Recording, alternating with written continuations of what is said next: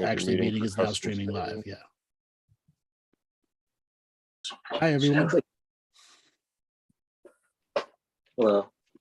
Hello. We're going to be starting in just a minute as we are working through our little bit of technological issues. So do you see it on the other side, Joel, running through? Yeah, it's live. You end up changing your thing. Yeah, because that shit's for more for gold jewelry. Yes, we are. We're on I will go YouTube. through and verify. Okay. I'll just have to look on the YouTube channel. That's the easiest way to look.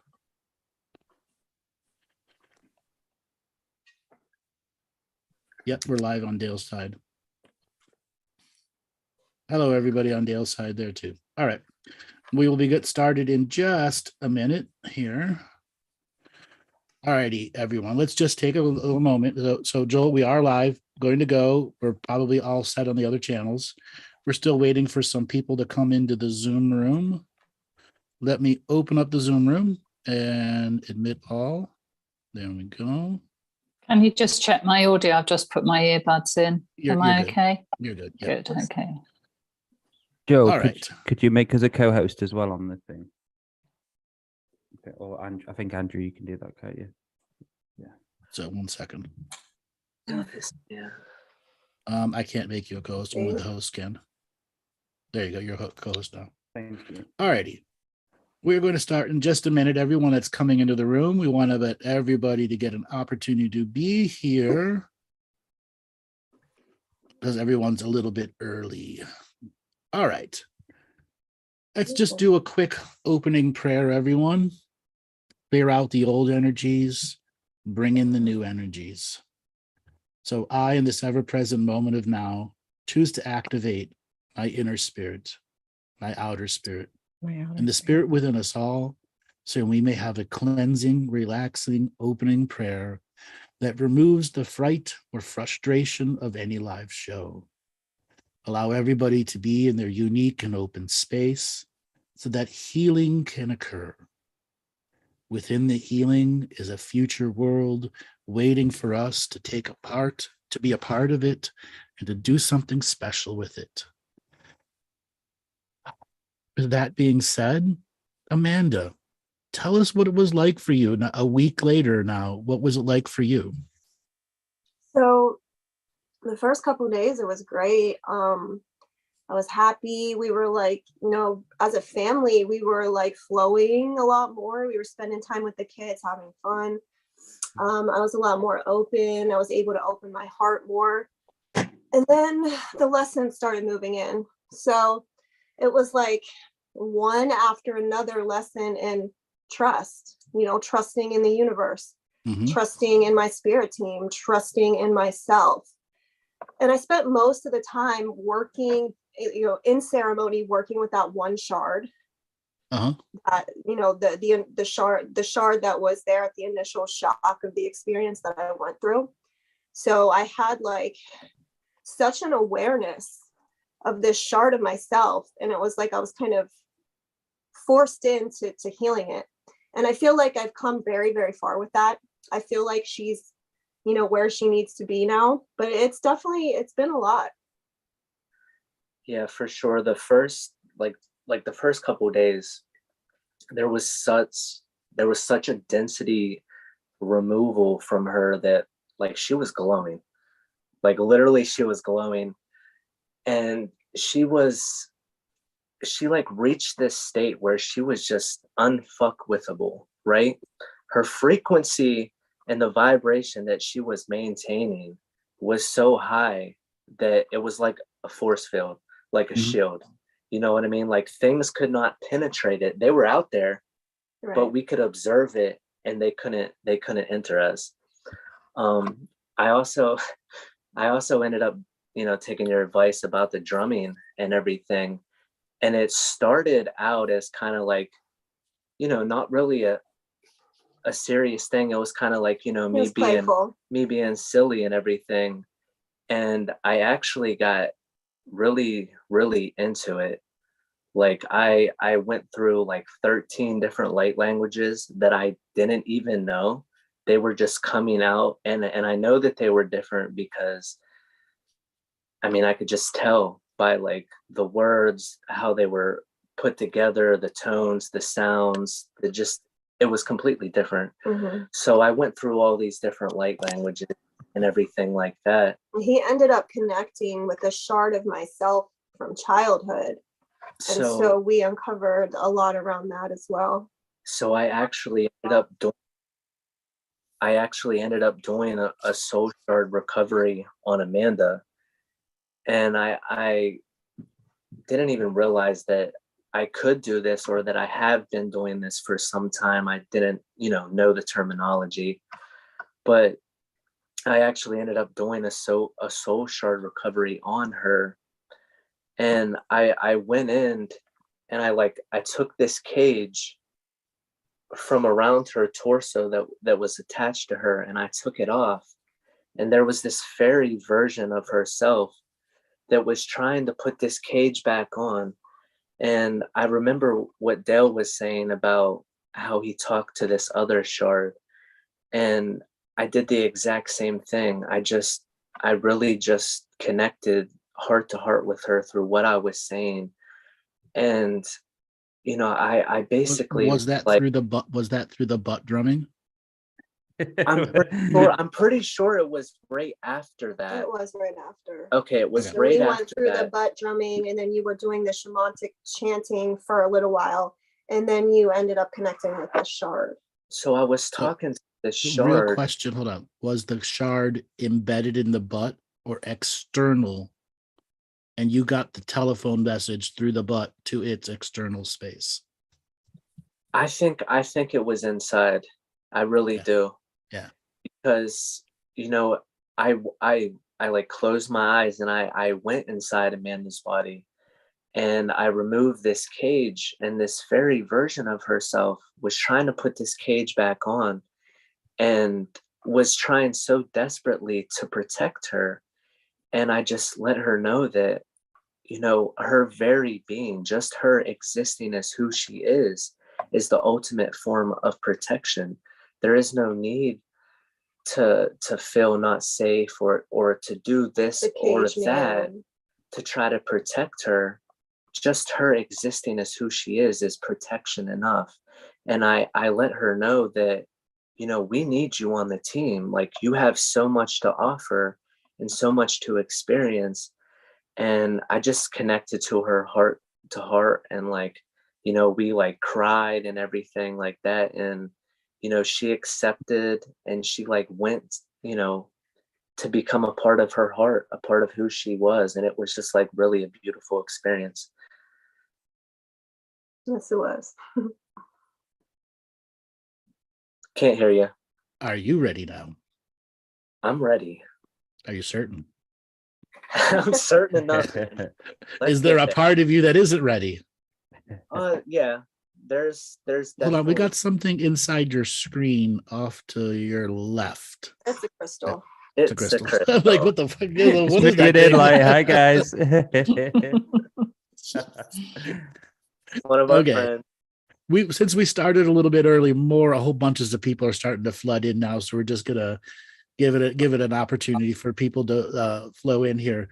So in my process that we're going to be working with Trent, I am going to be interrogating him on one level, but also questioning him on another level.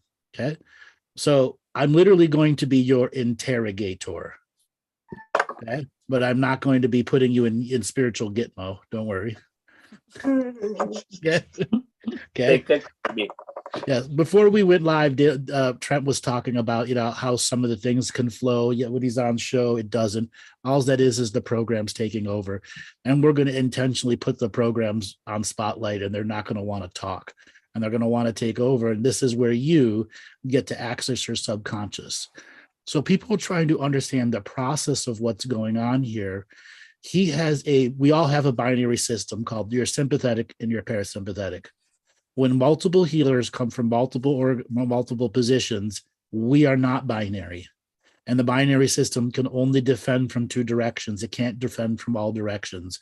It does not have a pre-programmed defense for everybody that's in the room that will be going through the questioning phase. Or if a questioner knows how to change their position, so the programs aren't ready with a prepared energy. So quite literally, when you feel that stuttered, I can't answer, that's the program running you. And only you can get it over, okay? And there'll be times where I sense the stall in you, and you're about to answer, but I might interrupt to do it again to see how much stalling energy is behind you. Okay. Okay. So some of this is a little bit of stage fright, but it's minuscule compared to whatever else is going on for you. Okay. I agree. And for everybody else that is out there, while we're going through this with Trent and Amanda, you can also be doing this to yourself. There are many different ways to observe the journey of this healing that's going on. You can just watch it. You can perceive it. You can do it with yourself. So if I say this, or this, what is your answer back? Okay. And just to allow yourself to be a part. There is a whole communal healing team that's working in the other realms here. And all you got to do is have enough trust in yourself to let the healing happen for you too. So we very much like to ask people what they thought about the first show while we're waiting for more and more people to come in, because we're right at actual starting hour.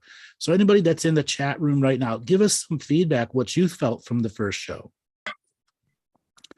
And then Dale, if you want to, give any secondary perceptions about what you experienced while we were going through that. Yeah. So when you were saying about that soul shard and you were speaking to it as well. So I've had conversations and me learning a lot more about soul shards in the psychic surgery work I do, and that capacity to be able to actually counsel them, like you were counseling someone on a chair.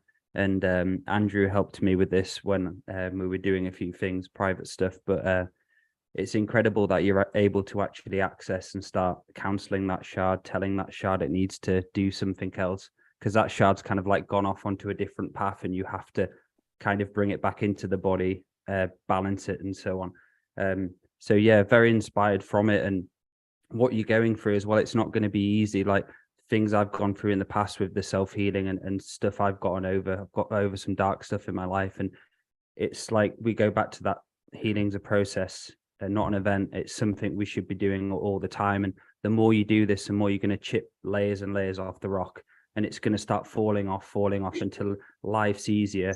But still shit will happen. Shit does happen. And this is why going back to that inner work is so important, because it gives you that sense of protection. One of my best protection I have is my work, the work I do 6 days a week on myself. That's the best way I can be protected. Obviously, there's other stuff as well to advance on that, but it's going back to that basics of doing that 6 to 5 day a week work and actually doing it, having fun and forgiving yourself. Like we've all gone through crazy shit. I've gone through crazy shit in the past, and I've got soul shards doing some shit as well. We've had a lot of conversations about that. So yeah, it was inspiring to see. And Amanda, what you've gone through and your confidence as well, and the spark from at the start of the session to the end. It's like that feeling of when you see someone coming into a ceremony and they come in and they're like, you can tell they're quite tired or this and that. Then afterwards, or after the healing session you've given for them, they've got this spark of unique light. So yeah, just keep digging, and that process of those soul shards is going to be a big teacher for a lot of people to understand we all have those as well, and how to work on them and how to heal them and bring them home in a way. So yeah. Laura, do you want to give your view? Yeah, I mean, look at you two. You did what you did last week with Andrew, which was phenomenal, and then you carried on with your backside drumming and doing everything you both did there. Yeah, so I mean, that's awesome. And yeah, absolutely. I mean, Amanda, your face, you lifted, you shifted, and that was beautiful to see. And Trent is a huge support, as you know, to you, and it's lovely to feel his energy there and supporting you through this. And I think just my own sort of feeling of all of this is you're still doing a lot of work. You've still got stuff going on that will go on for a while, because it's always going to take a while to do. And in the in-between moments, do something that's fun together. get that smile back on your face, you know, really to light you up again, whatever it is, whether it's watching a comedy show or whatever you two do that gives you fun. Keep doing that as well, because you've got to have joy in this journey too. It's not, I mean, we know it's a serious subject. We know how hard betrayal is, especially, you know, for you in this situation. So find some joy in it and flip those betrayal frequencies as well with some fun along the way. And it really is a pleasure to sort of be part of the team facilitating you on this. It's a real honor. Yes. Maty, you weren't here for the last show, but you want to give your introspection from listening?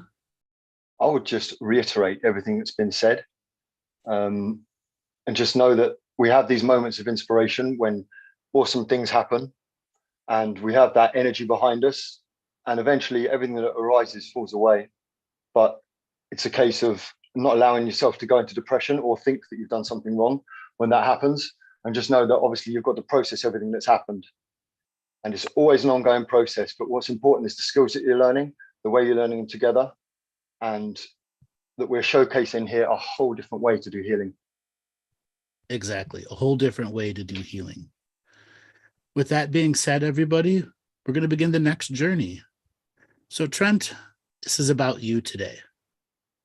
And let everybody in the audience, this is an ongoing series. We started with Amanda, we'll do Trent. And the next time we do a show, we're going to do them together. And then we're going to do them individually. So everybody can see the journey of healing so you can apply it to yourself. Part of this particular style of show was to show the advanced healers doing the advanced work so that people have a unique example of how to begin to do it in their life. Okay? So everybody, if you just coming in, we've already done our opening prayer. We just talked about stuff. Yes, we started a little early. We're testing some new technology, so we're sorry about it if you just came in and wondering what's going on. So right now I'm going to open it up. So Trent, I just want you to enter the deep, relaxed space. Let yourself go of the external sources. Do not allow anything else to occupy your mind, your body, your spirit. Okay? Just let it be you. Amanda, you're here to hold space for him. You know him better than anybody else in this entire place, and everything that's going on. Today is your unique day to hold space for just him. Now, in this ever-present moment, the first question, Trent, are you really ready? I'm really ready. What part of you is not ready? The part of me that's not ready is the fear of judgment part of myself, the part that's constantly ahead of time, judging my every move, the part of me that's probably in the past as well, judging my every move. So take a pause there. I want you to summon that inner judger inside you. See it in front of you. Okay? And going, you cannot judge me anymore. Say it. You cannot judge me anymore. What's it say back to you? Said, fuck you. Okay? That's one of your classic old rebel yous, isn't it? Yeah. Okay. How do you control that old rebel you? Can it be controlled? Only you know. Have you beaten it before? I have many, many times. Okay. Do you need to choke it out? Do you need to give it a cookie? What do you need to satiate it for this journey where it cannot judge you?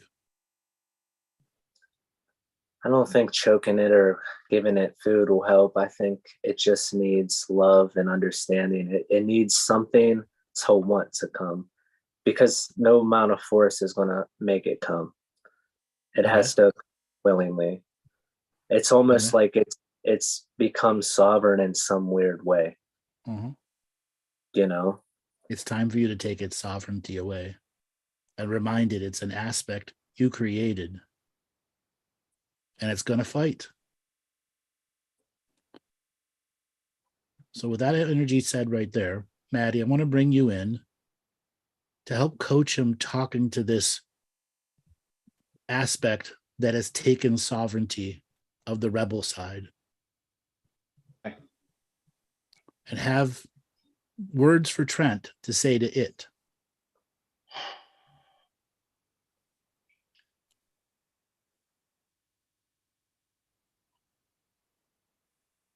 So I'm relaying it to something that I've been through before, but I'm trying to just block that out and come up with something very different, because I've given away my sovereignty in such a great, huge way. But with a shard, it's so much easier to take back control. So it would be something along the lines of, this shard that is the rebel of me, you who have caused so much trouble in my life, you have taught me so many lessons, you who has brought me to my knees in despair, you who has always made me turn the wrong corner or look when I shouldn't have looked. I release you now. I see what you are. You have taken power from me. You have power no more. I am a sovereign being and I choose to heal in this moment of now and for every ever-present moment of now to come. I choose to live free of you. I take back this power, and any energy that's been given away, any energy I've lost through your misuse of my energy is hereby brought back to me in this spiritual court of equity and given back 1,000-fold for my own creation, my own inspiration, my own dreams, and my own future. So I may be a being of the now, here, fully embodied, without your influence. How did your shard react to that energy? Well, part of me, I don't think my shard was really reacting. I think the actual part of me was just focused because of the truth of what he's saying. Is the So I shard don't- reacting? Is the shard reacting at all? You know, there was a time whenever the shard was like bullshit while Maty was talking. And I Did that don't, bullshit have strength behind it? That word bullshit, did it have strength or power? it didn't. That's the thing. It's like, it's there, but it's weak. So But this it's is why I would, it's this is why I would still give him a smack around powerful. the face, Trent. Yeah. This is why I would smack him around the face. I'm trying not to use violence anymore to solve No, my it's problem. it's you. It's you. I'm sure you can take it. I'm sure you can take a smack from yourself. Okay, this is not smacking a little kid. Okay, I'm whack him one, bitch. Pay attention. Okay, Just imagine it was someone who's been fucking up your life all your life, and you eventually get to say, do you know what? No more, and they won't take no for an answer. All they're waiting for is that, and then they know you've crossed the line. Well, if that's the case, it needs the literal shit smacked out of it. okay, smack it full on. Do it. Okay, what did it do? How did it react? I'm pretty sure it's just laying there. Not now. pretty sure. Be confident. Well, it's trying to make me feel bad for smacking him. You know, the whole thing of trying to flip it on me when it was him. Guilt, judgment. Get right back to what its power pace was. So the smack didn't do jack shit to it. Now that we know that, I want to bring Dale in here. 12 So, hands. what I'd like you to do is get that shard and put him on a chair in front of you. So just visualize or not visualize, feel the shard in front of you. And I want you What to I'm gonna start. do And I is want I'm you gonna to start. shrink him, and I'm gonna Yeah, put him right here. Yeah, so shrink him down wherever you want to do, shapeless and formless to it.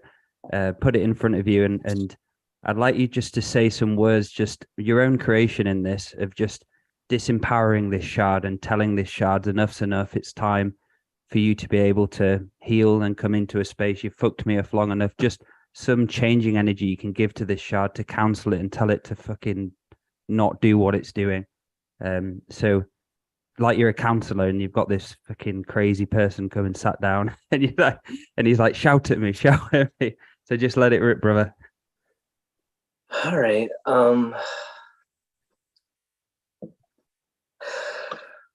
So you can do this internally, Trent, as well, right? You can visualize yourself doing it at different rates of speed. You can just take this all internal if you want, and you can just be and imagine yourself doing it as well. There's many different ways and levels that you can do this. It doesn't have to be done in all the right words at the right moment. I think I agree with that, Maty. I think with this example, it does need to be verbal. Okay. I would say, what I'm saying now, that would talk like they're actually talking to it. Forget all the rest of us here as you're talking to it. yeah.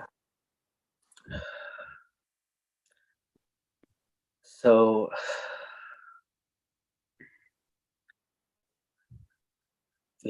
I understand, I understand you. I mean, you are me, and in ways I am you. And there's been so many times when you have helped me, and there's been so many times that I did need this aspect of you.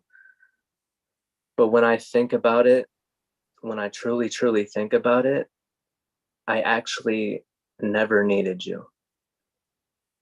I actually never needed you. And as hard of a talk as this is, it's truth, because I didn't have to constantly prepare for this. I didn't have to feel unsafe. You made me believe that I had to feel this way. But it was a lie, because I actually was always safe.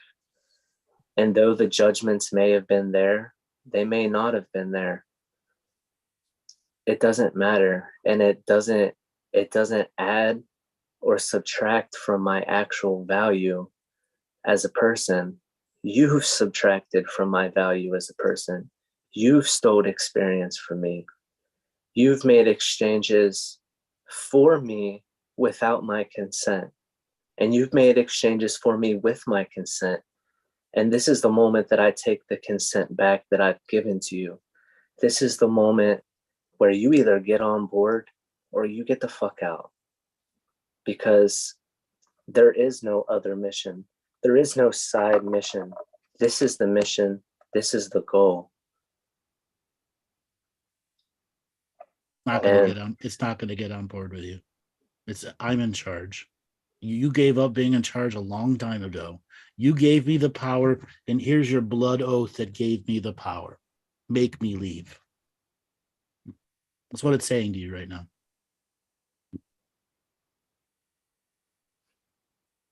Remember when you were angry at everyone in the world and you needed me to get through it?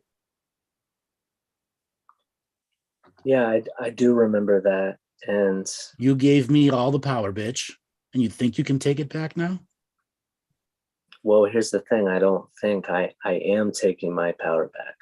You no longer have control over me. Prove it. Prove it. There's nothing to prove. Sure. If you prove it, I no longer exist. Until then, I'm right in your face, owning you. Remember what we did that one night and how much you loved it? Did we love it, or did you love it? Oh, you loved it along with me. See, you thought I loved it. I thought I loved it. But that was you living vicariously through my experience. That was you living vicariously through my experience. That wasn't me enjoying it. That was manipulation. There was no friendship. There was no happiness. You controlled my life. You can no longer control my life. And I forever banish you on all time streams, time fields, galaxies, and existence, past, present, and future. I am in full possession of my sovereignty. I'm in full possession to exchange with whom I want, when I want, and how I choose to exchange. Your power is forever dissolved. Your power is dissipated. Big words for a little man. Yeah. I would say that too in your position. In what position? The position of powerlessness. Because that's all you can do is try to influence, try to scare, try to invoke fear within me. These are your tricks, and your tricks no longer work. They work then, they do not work anymore. They cannot work for a being who's centered in truth, who's present in the now, and who has taken back their life and is creating from this point forward and backward. You shattered that piece. Now I want to bring Laura in here. Go on, Laura. So only one of us has control of this heart. Only one of us sits behind the driving wheel of this heart, and that is me.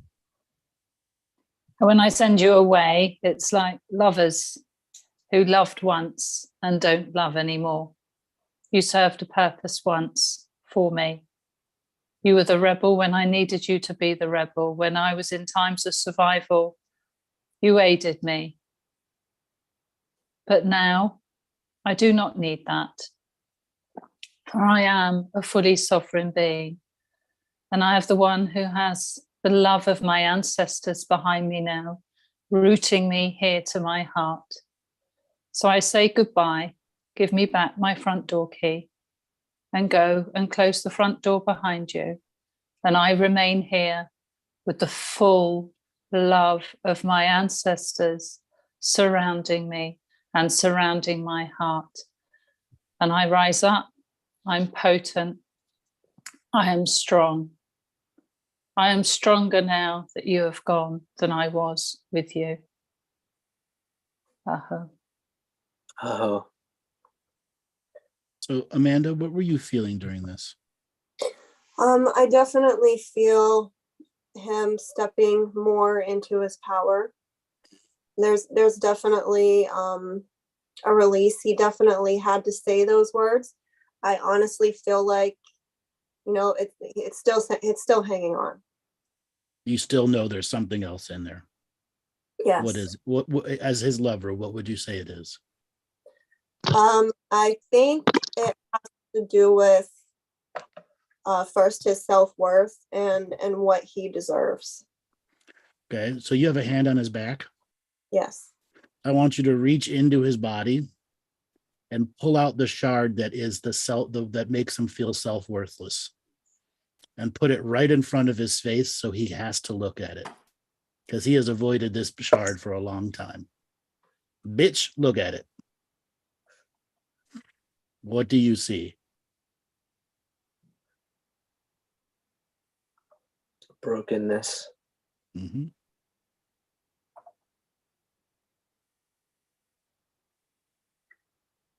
Quite simply that, broken pieces. I want you to pick it up, put it in your hands like this, and start doing Rubik's Cube. Put it back together and just verbalize what it's saying as you're moving the Rubik's Cube. I'm not worthy. They cannot hear my truth or feel my truth. You should have said this. You should have said that. Yeah.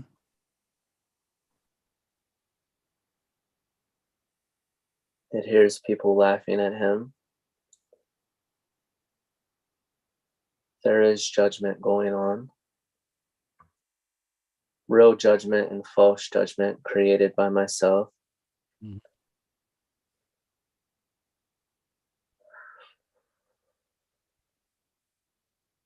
It's ready to hear what you have to say, what I have to say. So I want to bring Dale in now.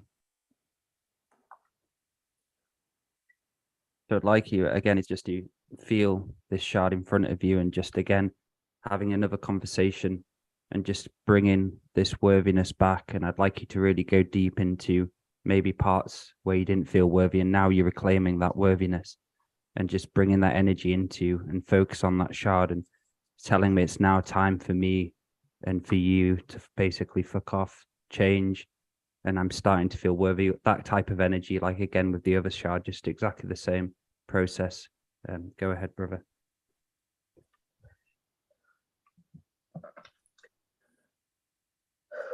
First thing I want to say is that you are worthy. You are worthy.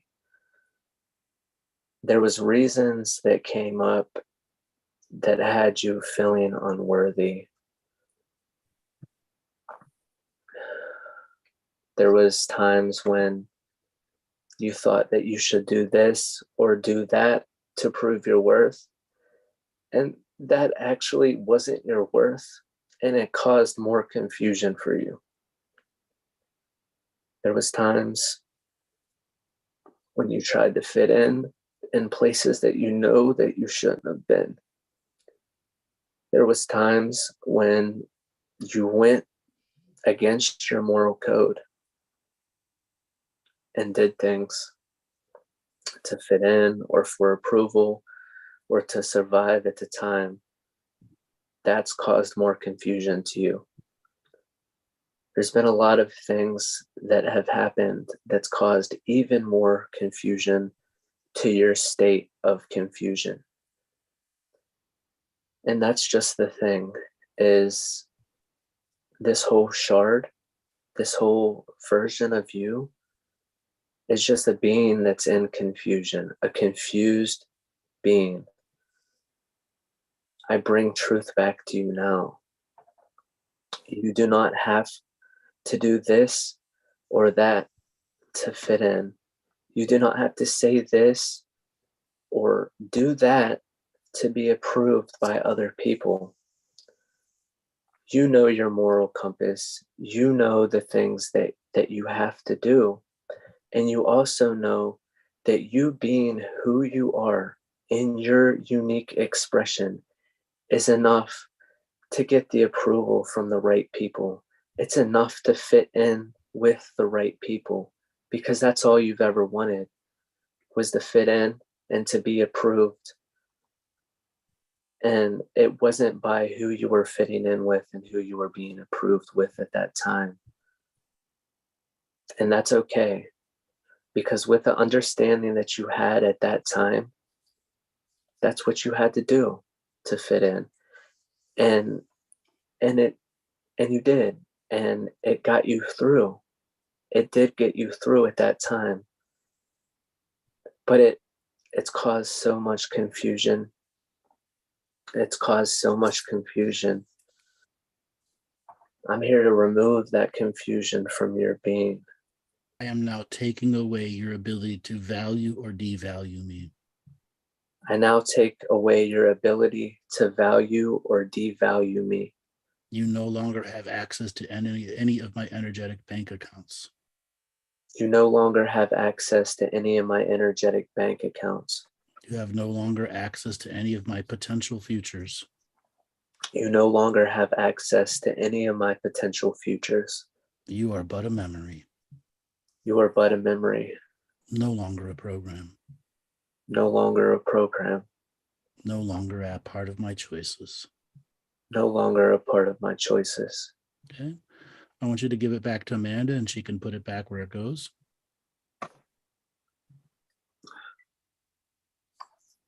Give him a little kiss. Mm-hmm. Okay. I want to bring Laura in here next. And Laura, I want you to put the interrogation light on him. Your version of the interrogator's light. Solicitor Laura.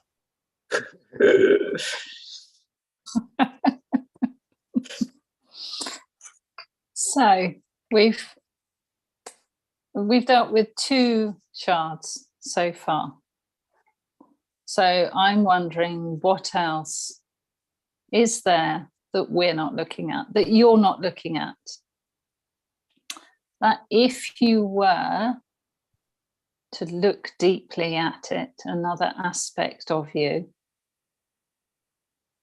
would change the way you feel about things.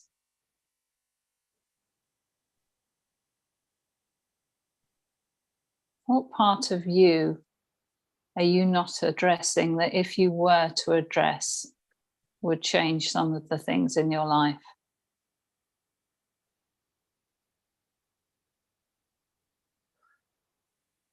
Automatically what comes up is unworthiness. And it's weird because I thought we just dealt with unworthiness fraction, but it's probably another fractal that feels unworthy.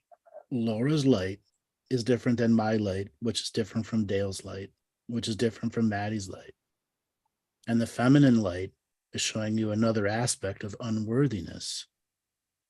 So reach in, find out where it is. What is it? Where did it come from? And just let Laura, you finish. I don't want to interrupt you. Okay, Laura, so this unworthiness part of me, it came from my childhood.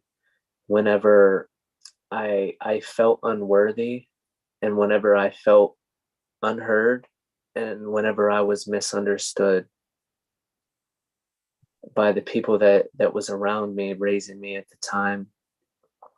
And this is why I created the strategy version of myself, always preparing for this or that. This is why I went outside the moral compass to do this or to do that, to find a place where I did fit in. But the thing was, even when I did, I didn't truly fit in. It was all a joke. It was all a game. Because you did. Sorry, Dad. Sorry, Trent. Go on. Just to feel. The thing was, I wanted to rebel so much because of all the things that I knew was wrong. But a part of me just wanted to fit in and find my home.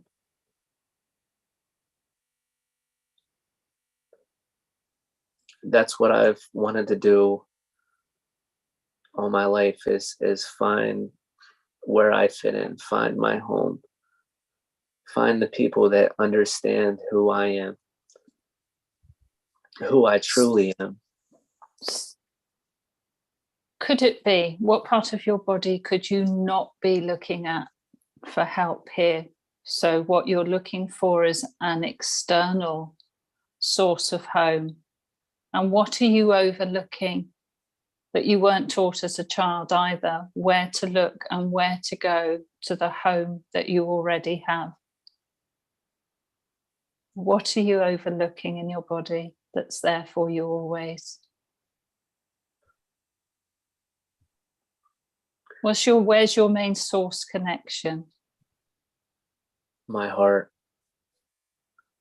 100% my heart. So nobody taught you when you were younger to go to your heart as a resource. We're not taught that when we're younger, to go to our heart as a resource. So we continually seek the outside approval. So what will it take now to go back to little Trent, who's been dissed, who's frustrated in some ways, who's not being heard, who's sad because the people around him can't hear him. They barely see him in some ways, let alone understand him. And there's so much compassion that you're carrying in your heart, and you're being misheard. Things are being misread. You're told off for things that you didn't mean it that way. You're misunderstood continually from the adults around you. But you know what part of you understands. So go back to that little Trent. And what would you say to little Trent now? From big Trent, from Trent who's been through all this and knows that the resource is in your heart. What are you going to say to little Trent who's so sad at what's happened to him?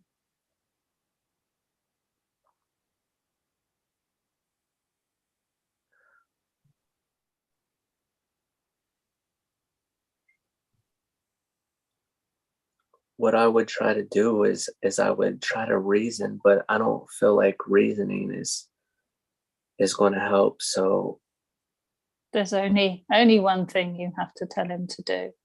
There's no reasoning required. It's an innate wisdom you carry in you, but it's been knocked out of you like so many people.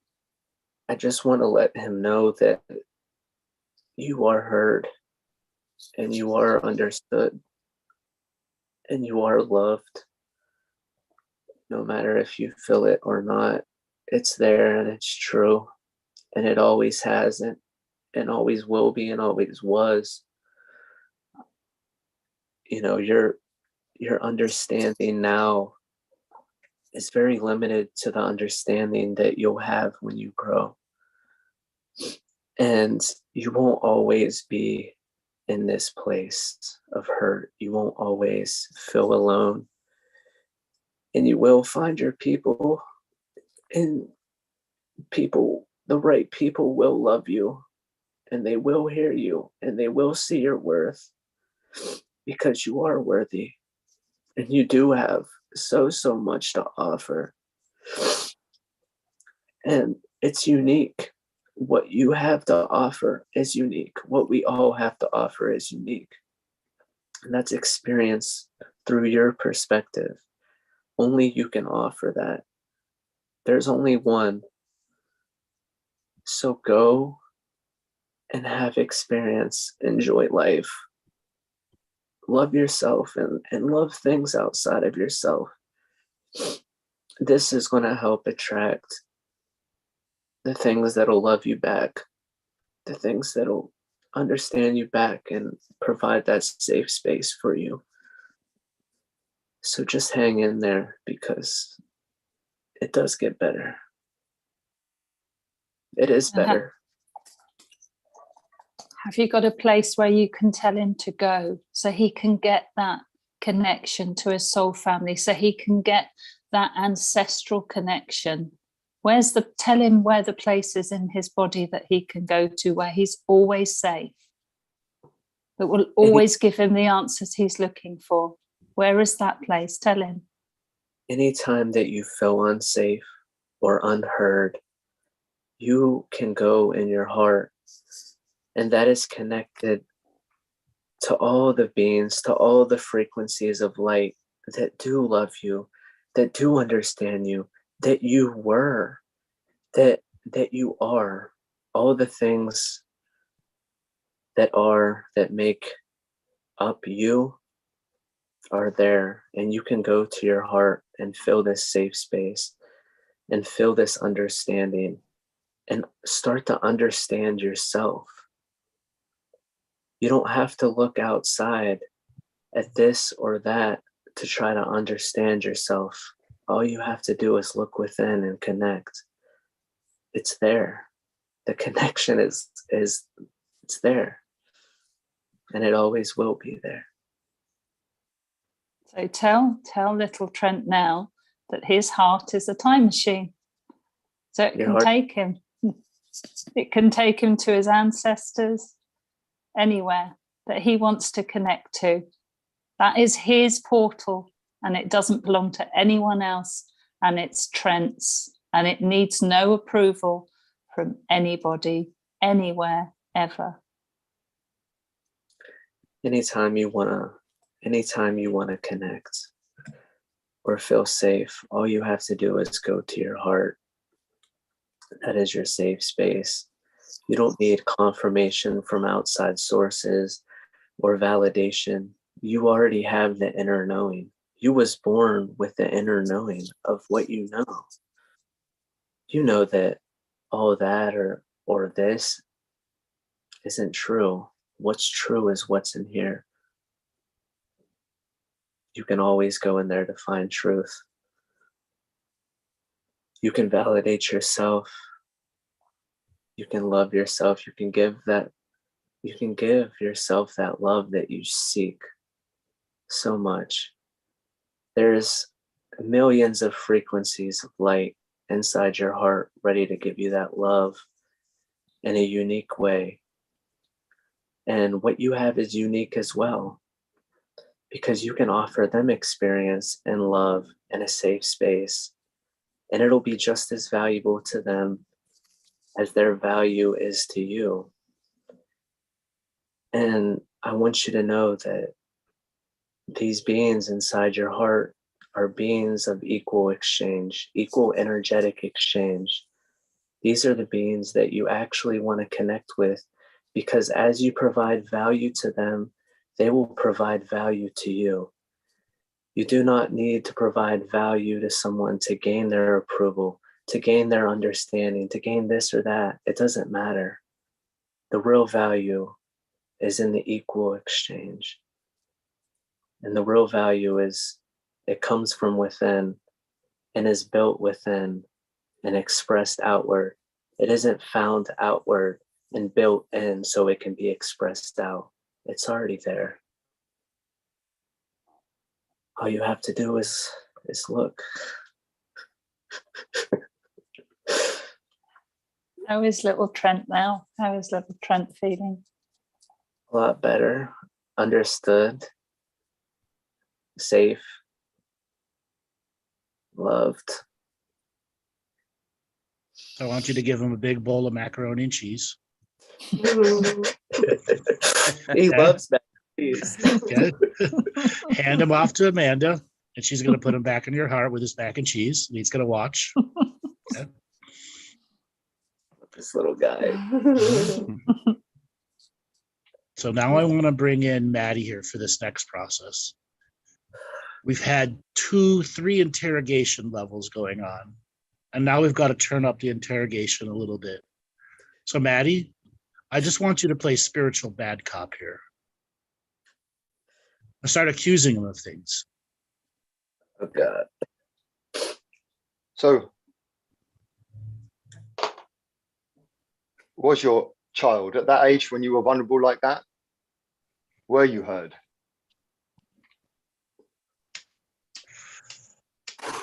In the way that I needed, no. But in a lot of ways, yes, I was.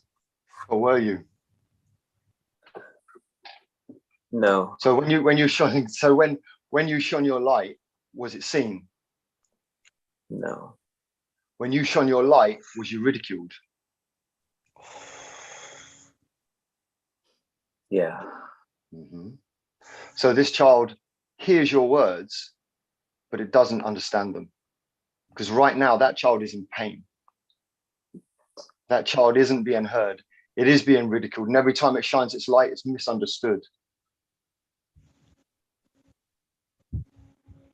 Yeah. And so without words,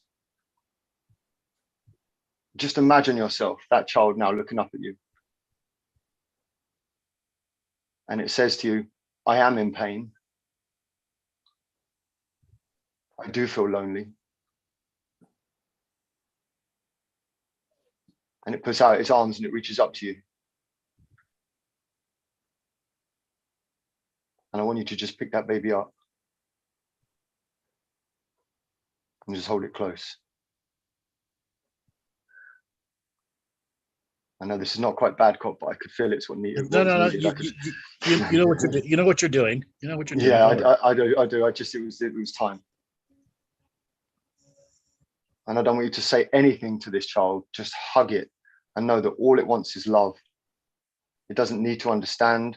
It just needs to know that somebody sees his light, even if it's himself.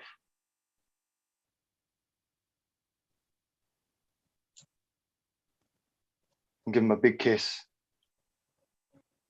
Squeeze him. Then tuck him in his bed. Give him another little kiss. And watch him drift off to sleep. And I want you to sing him a lullaby in your head.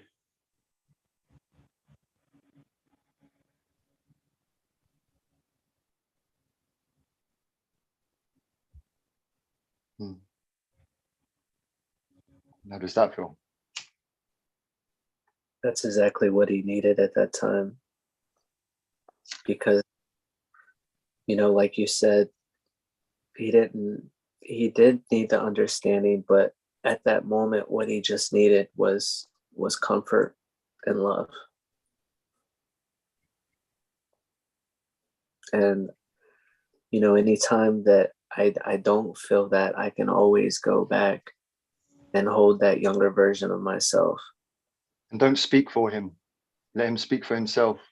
And any other time anything comes up, don't speak for them.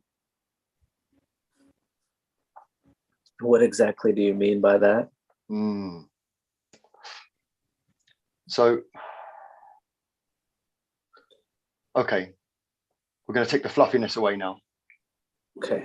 So how much of your light worker side projects onto other raw versions of you?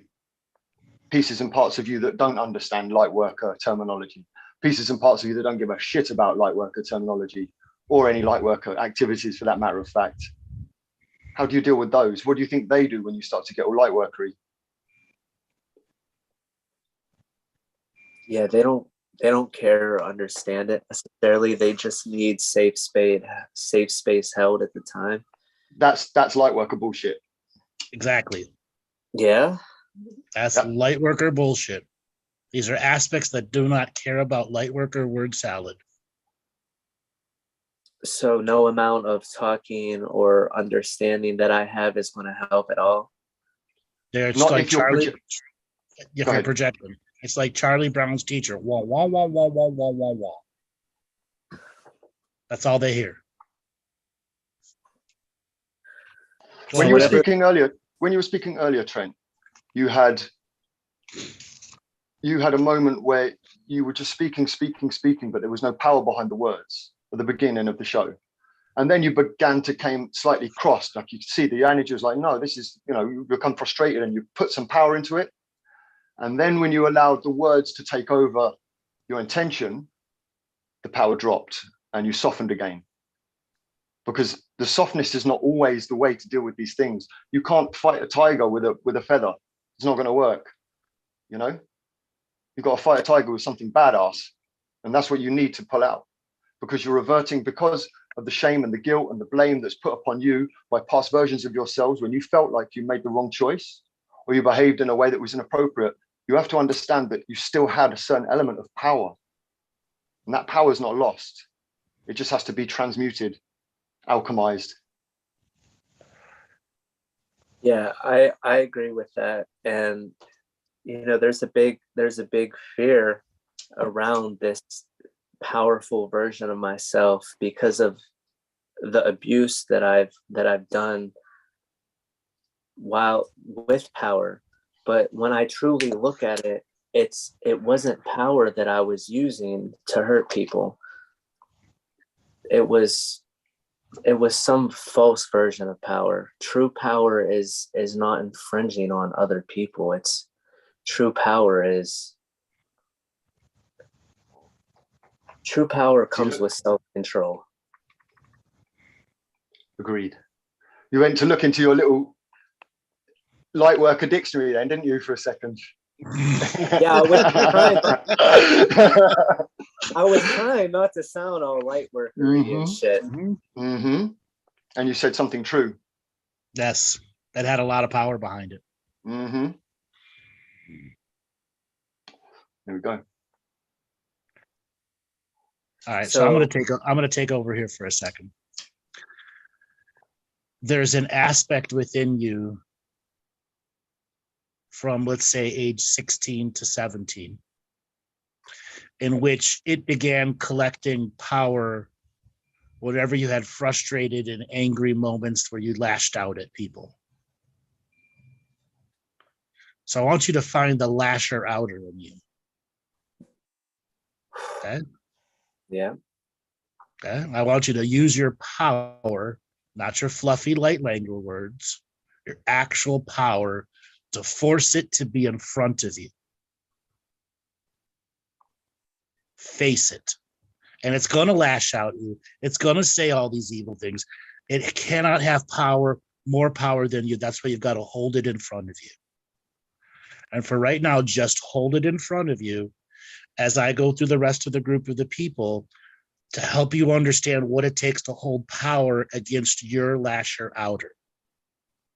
So Dale, I want to bring you here and help counsel him how to stay in power as this thing is lashing him with evil words, all the things that it's trying to dump onto him. Okay. So I'd like you to bring this lasher outer in front of you, if it was stood right in front of you.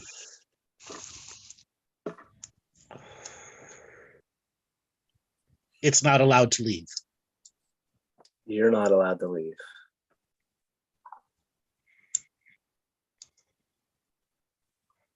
And what else do you want to say to it?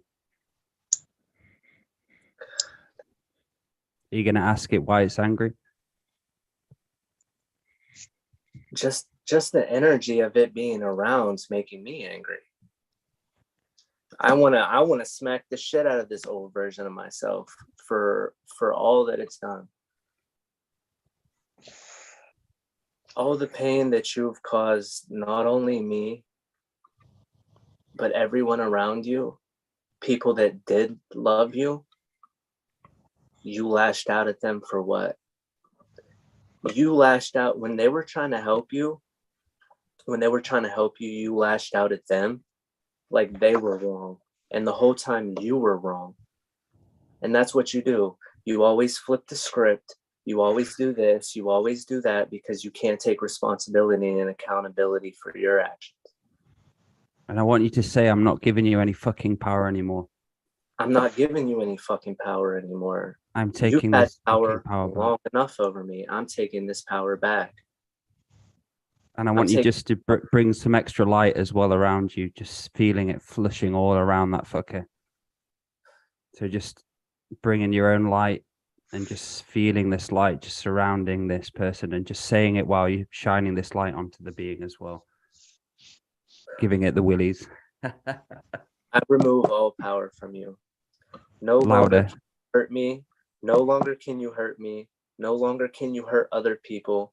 No longer can you make your problems everyone else's problems. This is the moment that you accept responsibility for all the pain that you've caused. This is the moment where you own up and fess up. There is no escape. There is no out. There is no, this is now. This is now. And this is the moment I take my power completely back from you. This is the moment I stand in my truth. This is the moment I'm in possession of myself, not you. And I want you to take this shard now and put it into some dough. And I'd like you to get a rolling pin and start rolling this dough out and start rolling all the anger out of this shard as you're rolling it. As you're turning it into a two-dimensional being. Yes. Thank you, Andrew. You're just feeling yourself rolling that anger out, all of that frustration and that pissed off.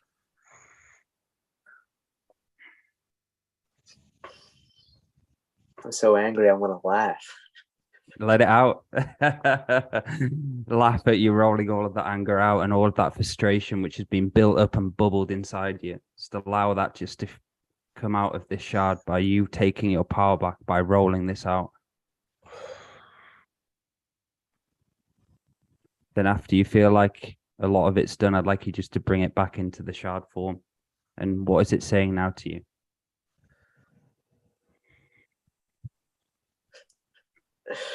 It's trying to guilt trip me like, oh, why'd you do that? I just literally told you why I did that. And you didn't hear nothing that I said. And that's your problem. That's not my problem because I hear what I'm saying. You don't hear what I'm saying. So that's a you problem. That's a you problem.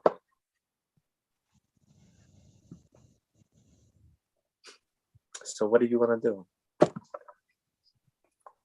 Cause more pain? Stray further from the truth? Further from me? You see how far that's got you so far? Literally fucking nowhere.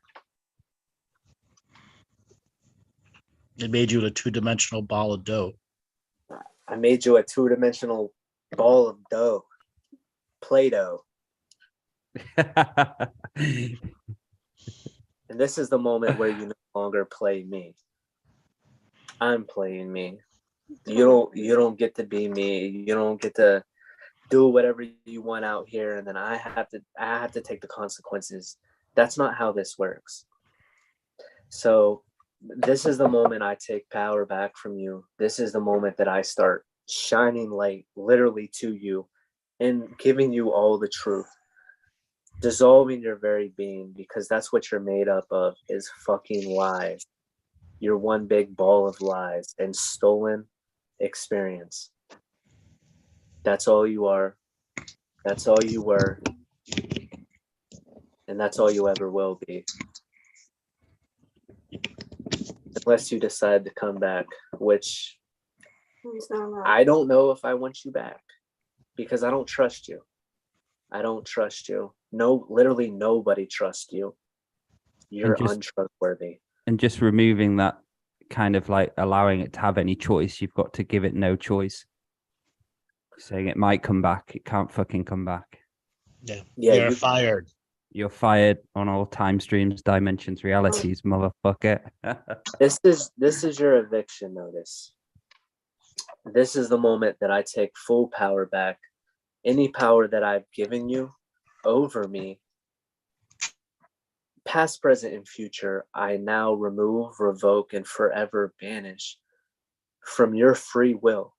You no longer have free will. This is the moment where I take all the experiences that you've stolen and I give them back. They're not yours. This is the moment. I mean, honestly, I don't really have nothing more to say to you. You're banished from my existence on all time streams, time fields, galaxies, dimensions, and realities, past, present, and future. Bye. Get the fuck out of here. Na na na na na na na na. Hey, goodbye. All the ancestors kicking in the ass on the way out. And he's got one box with no trophies. An empty box. Slap that box out of his hand. That's my box, bitch. Fuck out of here. Yeah, that's my box. You ain't stealing my box, my pens, my stapler, nothing. You can't be here. Okay.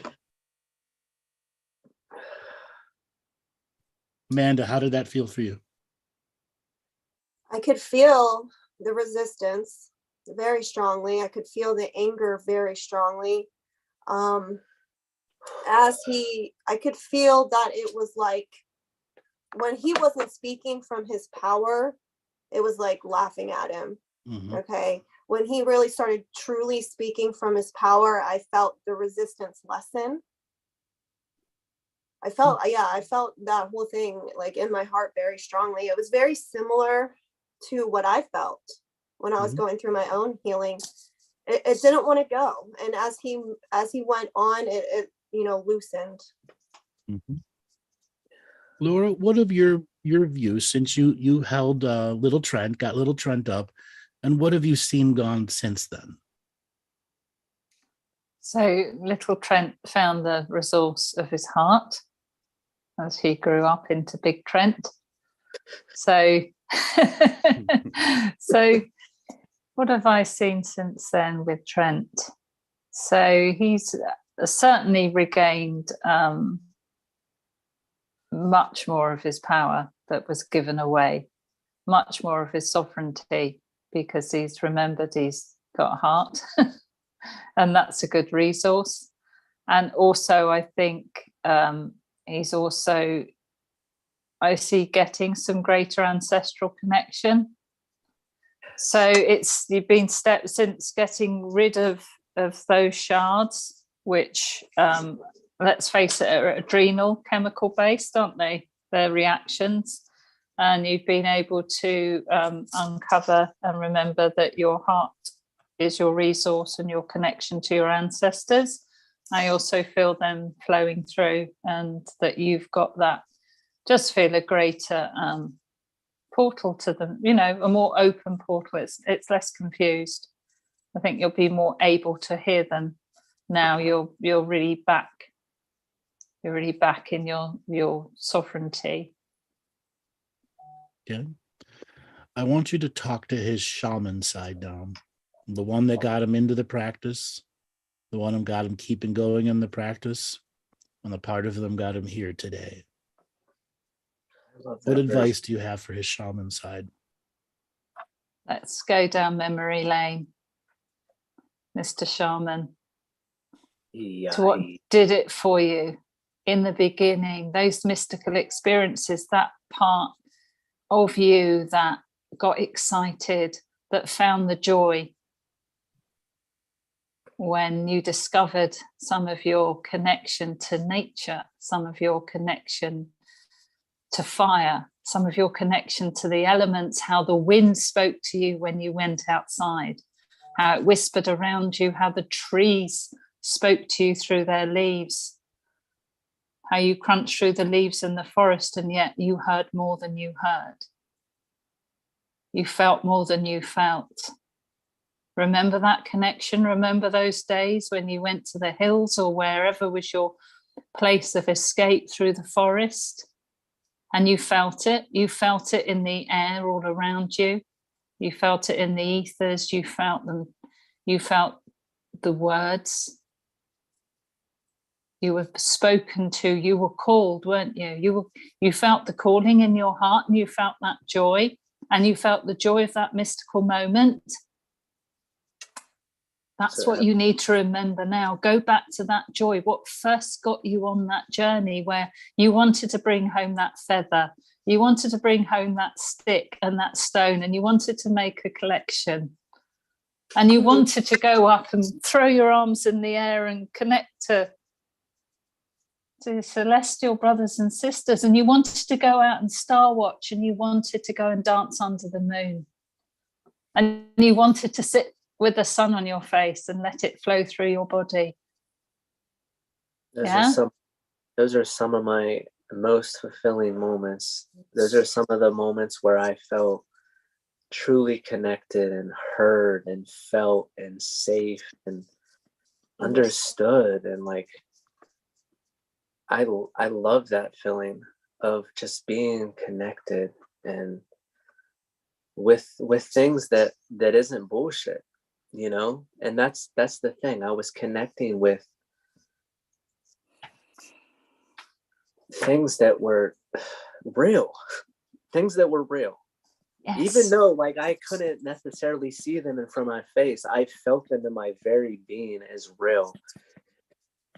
And it's some of my greatest memories. So let's stay there a while. Let's just go back to that mystical place, Trent.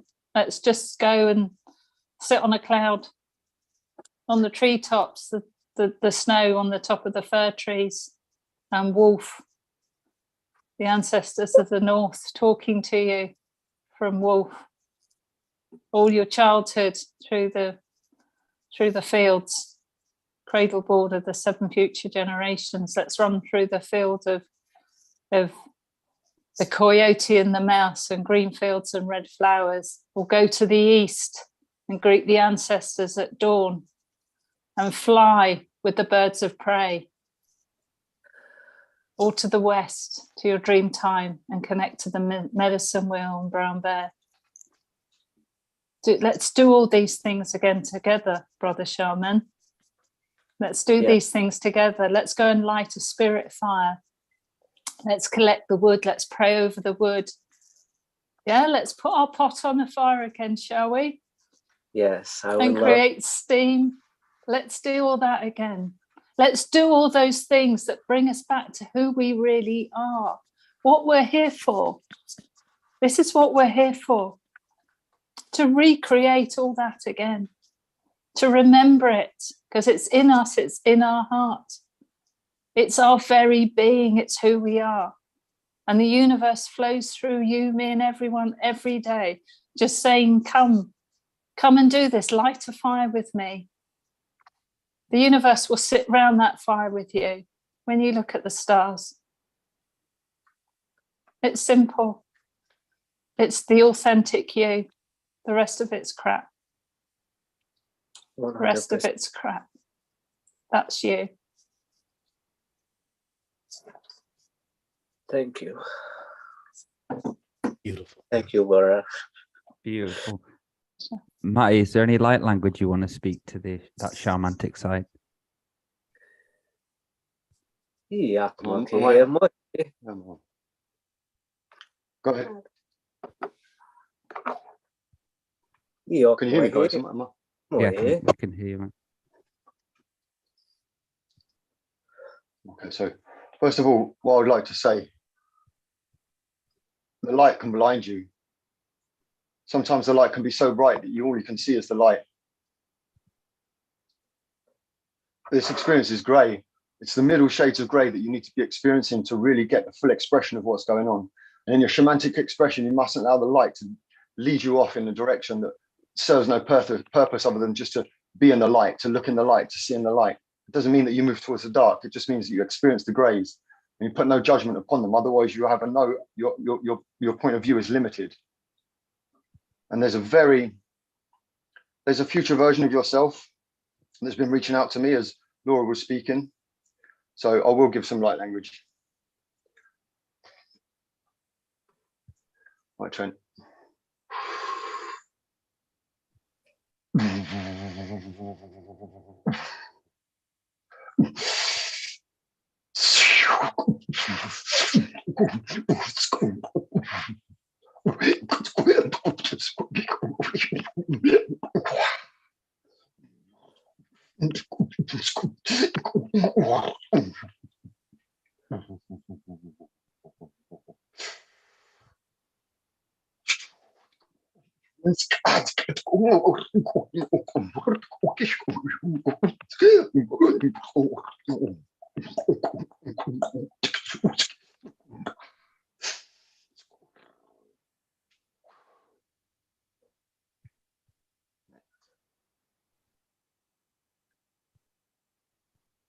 Very powerful message.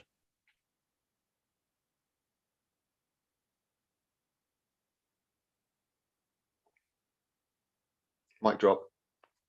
Exactly. Mhm. Mic drop. MC mic drop. So Trent, with this energy in you right now, I want you to look with hindsight to the very beginning of this show, where you were telling us how you just can't talk at times. Did that happen at all? It didn't. Who had power in you then? These fractals of myself. Eh? How did they get the power? I gave it to them. Eh? When did you give it to them? I gave it to them when I thought that I needed them, whenever I created them. With that being said, I want you to go to the most honest place you've ever been inside yourself and find what else have you given power away that you have avoided looking at, denied that it even exists. What back room closet that has never been opened do you have the strength to look into now?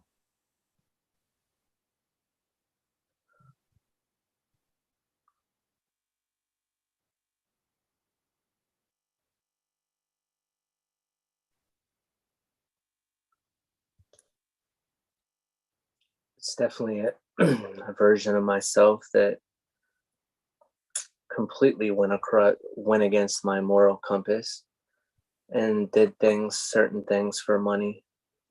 Yeah. How old is it?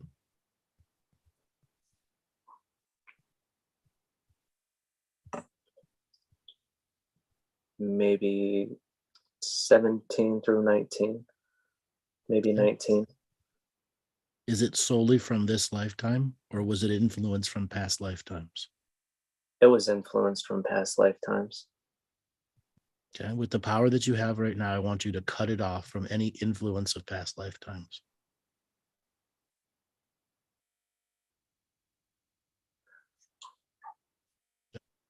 Severed. It's still attached. You gotta sever it and use your sword. Pull out the sword, cut it, cut the cord.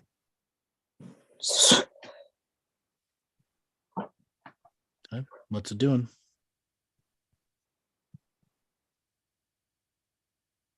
It's not severed. Who's not letting it being severed? In this multi-dimensional, multi-focused situation right now, who is making it not severed? Is there another puppetry being in the background? Is it you? It's me, because I want attention brought to it. Okay. What attention do you want to be brought to it?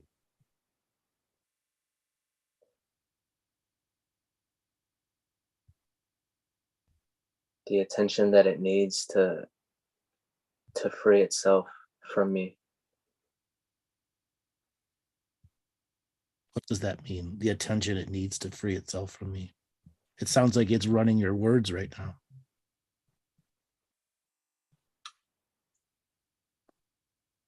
I want to do whatever I can to fucking get rid of it.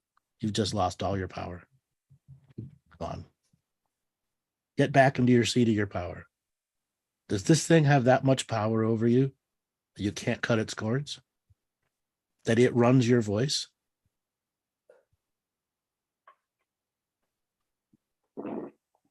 Is it the dawn of your internal mafia?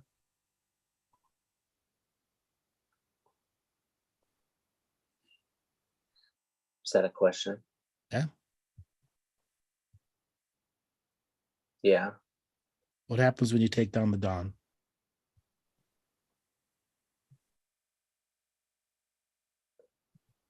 Whenever I take down the dawn, all I'm left with is myself. And all the thugs that followed the dawn.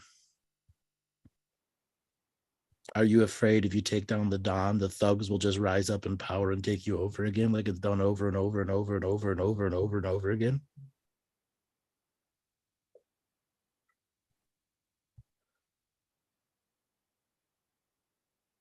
It's weird because I don't think it's that at all. They like want me to identify with them so much. And if I let them go, my identity goes. And that's complete bullshit.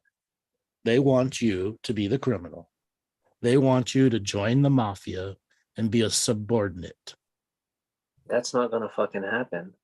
So then you need to turn state's evidence. Summon a spiritual court of equity, summon the prosecutors, and testify to this criminal dawn and its entire criminal organization that ran you from 17 to 19 up to today. Upload every criminal act it ever did, seen and unseen, and get resolution for them all now. So that the ancestors take them and remove them from your reality. See each and every one doing a perp walk out of your soul and into a prison, into a spiritual court of prison state. The light has exposed them, everyone, a perpetrator walk, just like in the movies.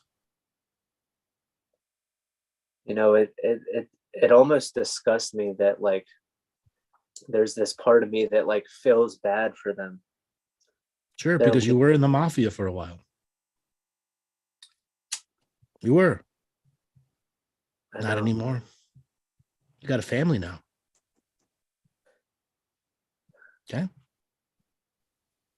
Can't be on the street thug anymore.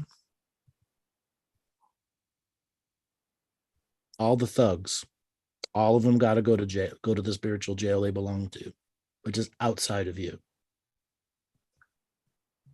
All of them are getting 50 years.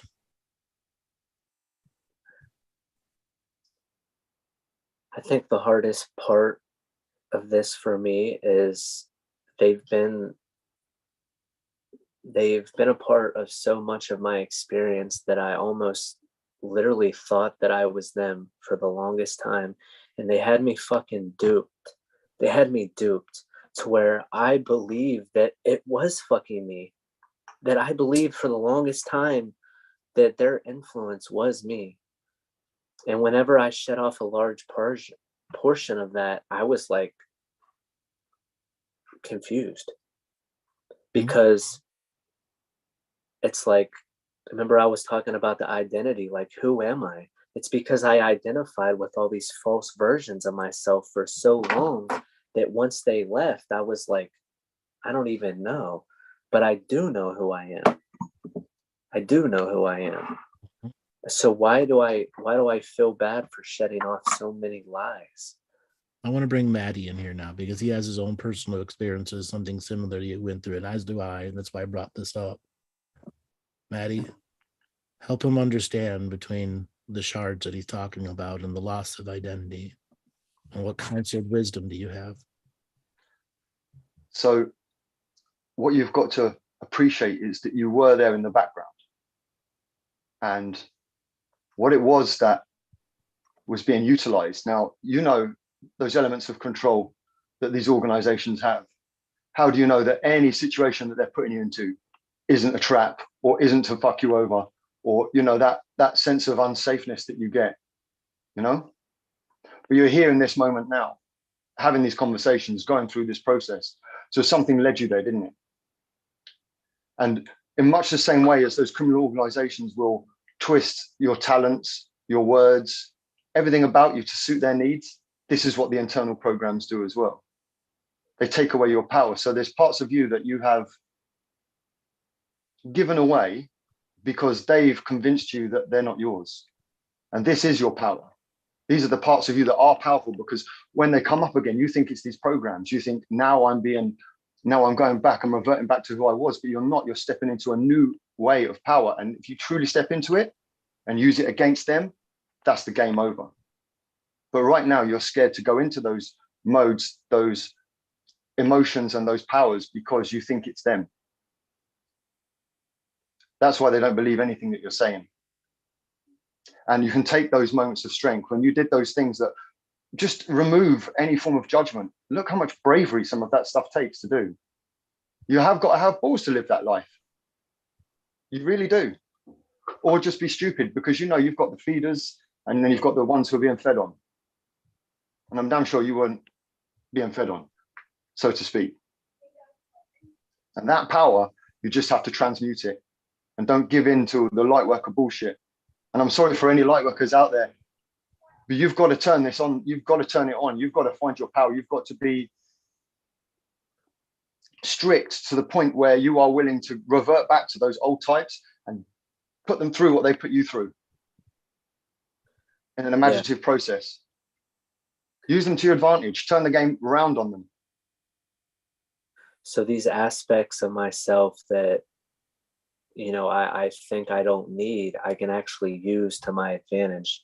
And like you said, flip the switch. Like, because sometimes the spiritual court of equity, they're not hearing shit in there, and they will keep attacking and keep attacking.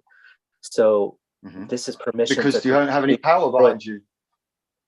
So because you don't have actual power behind you. You listen, you've got to know and be practiced at these things and know that they work. And the reason that you know that they work is because you've done them before. You practice, you practice, you practice. And as you know, take the sacred masculine revocation, take the beginning and take the end, and then fill in the middle of that with everything you've just spoken about. But try to be as direct as you possibly can without sympathizing with them. And that's what I do. That's what I do. You've given a lot of sympathy to these programs, brother. A lot of sympathy. And that's kind of where this goes, because when you're looking back, you're thinking it's the same thing. It's not. It's your essence. It's that which you are. It's the gift that you've been given. It's your potency. It's not something to be afraid of. But yet you're afraid that if you go into that potency, you're going to trip up again. So therefore, you hold off of the accelerator. Try not to give full throttle. You're going in second gear, just kind of like thinking about third gear. You know, you want to be fifth gear without a speed limit, just roaring. I agree. So, and that's what it takes to live that life. You know what it takes. You can be a badass in the unseen world. No one's going to judge you for it. And see, that's what they have me thinking, that, you know, I can't do this or that because it's not okay. Like, sometimes shit needs to be destroyed, right? Absolutely. I've destroyed many things on a regular basis. I like to create things like whirlwinds, tornadoes, or just absolutely humiliate things and throw them into the galactic central sun. And see, that's where they got me tricked too, is they have me thinking that, you know, I shouldn't be doing this or that, you know, because it's wrong. But they keep fucking with me because I haven't done that, you know? So it is time to get out of second gear and do what the fuck I have to do. And that's but first you've got to develop power. First you have to develop the power, the strength. And that comes with the conviction that you have in what you're saying, and hold yourself accountable. If you do it just for the sake of doing it and saying, oh, now I've done it, I'll be all right. No, mate. You've got to proper get angry, proper, you fucking, you've got to give it back. You've got to enter into that frequency. This is how I've learned to be the shaman that I am, because when I could only see the light, I was blinded by it, and it was holding me back, or worse than that, it was tricking me, sending me down false roads that were lies, that weren't light anyway. And it wasn't until I decided, no, there's many middle shades of grey, and I can exist in any one of them.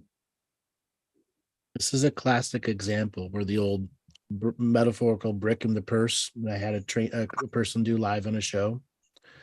You need to put on your spiritual brass knuckles, and you need to be able to break some ribs in those programs. Okay? This is not physical violence to other people causing karmic interaction. These are aspects that abuse you. It's your energy, and you are not abusing yourself when you're doing this. You are shattering its ability to have power over you.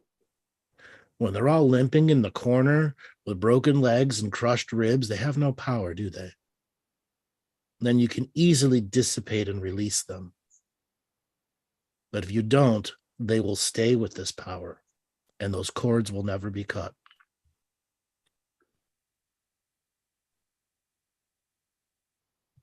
All right, with that being said, we're going to take a break here. Actually, we're going to be opening up to calls in just a second. And I want to, Dale, what do you think of what just happened here with the Mafia Don and what I said and then what Maty said? Yeah, I completely agree with what was going on. And I definitely think going forward, Trent, would be for you to set up a regular sacred fire where you're able to really speak to those parts and take it to the next level of taking them to the spiritual court of equity prison. And I want you to start using your psychic surgery senses and pulling them out, then putting them in and telling them you're taking my energy, and you no longer have my energy. You are a program, you are a memory, and I sever you in all timelines, dimensions, and make it sacred. Start pulling all this shit out of you from that lifetime which is still in you, and forgive yourself, forgive it all. But now it's time to let it go. Empty the burden basket, as it's not growing you anymore. I've had many different memories in this lifetime where I've been in the similar situation as well. And those things ran me for a while, and I had to really bring them and do that inner work. So beautiful, Maty and Andrew and Laura, what has happened today, and for you to then go forward and take it to the next level, make it sacred, have a fire ceremony, bless the wood, put prayer and intention into that wood of what you're doing as well. Exactly, you're ready to remove these fuckers, put that prayer into the wood as well, and make it, fuse it sacred, and start taking it out of you, all of that shit, while you're saying maybe a good idea to have written down prayer, so you've got it all ready for you. Get that shamanic side within you as you're doing it. Sage yourself, make sure the spaces have an offering for the land as well. And you're doing really well, brother. You're absolutely inspiring, and lots of love to you, bro. And how about also maybe doing a gangster rap about it as well? Yep. So something that has no light worker words in it at all, no prayer in it at all, proper gangster rap where you just let rip at these things in that frequency. Yeah. And another thing to know, as you begin to kick them out, you will notice that there's lots of stolen goods that they leave behind. You will have to give away all the stolen goods.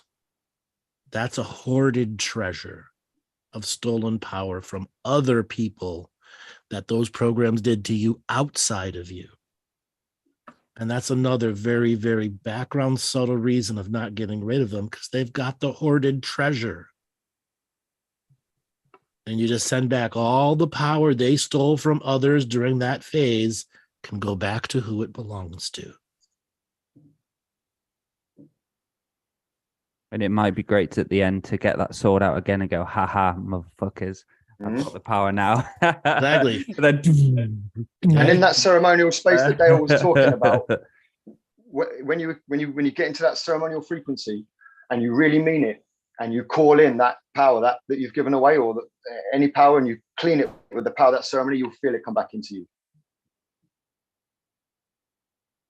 Give away the stolen treasure. Okay.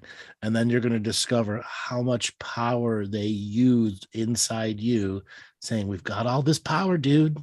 Just join the crew.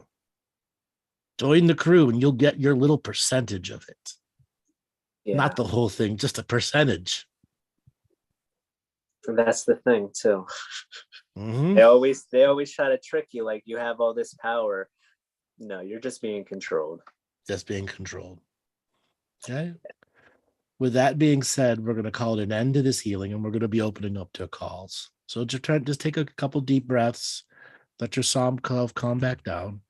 Now, for anybody that's here in the Zoom room and you want to be able to ask questions about the healing, direct to Trent, myself, anybody that's in the room here, now's the time where you can go down to the button and click the raise their hand button. And if people are trying to figure out how do you raise your hand, depending on what device you are, you click the 3 dots more and go raise your hand. Or if you are on one of the devices that just has it to raise your hand, you can go raise your hand, raise your hand. And we've got a bunch of people that have already raised their hand. So let's bring on, here, I'll ask Amy Kruzik. Let's give you a signal to unmute. Amy. Amy, hello. Yes. Hello. What did Hi. you think of today's session? Wow. It was freaking awesome. Freaking awesome. I'm telling you. I went through so many Trent, I just wanted you to go boom, boom, boom. You know, I'm like, come on, fucking beat the living crap out of him. That's what I was. But for myself too, was like, oh my God, so I went from crying to that. Like my body's been going through this whole, a lot of feels. Yes. A lot of feels. Like it was, and I mean, Laura, beautiful. Maty, oh my God, beautiful. It was just amazing, Andrew. I don't know. It was. You see how the structure of these interrogation sessions with multiple people, the programs have no defense against it? Yeah. Okay.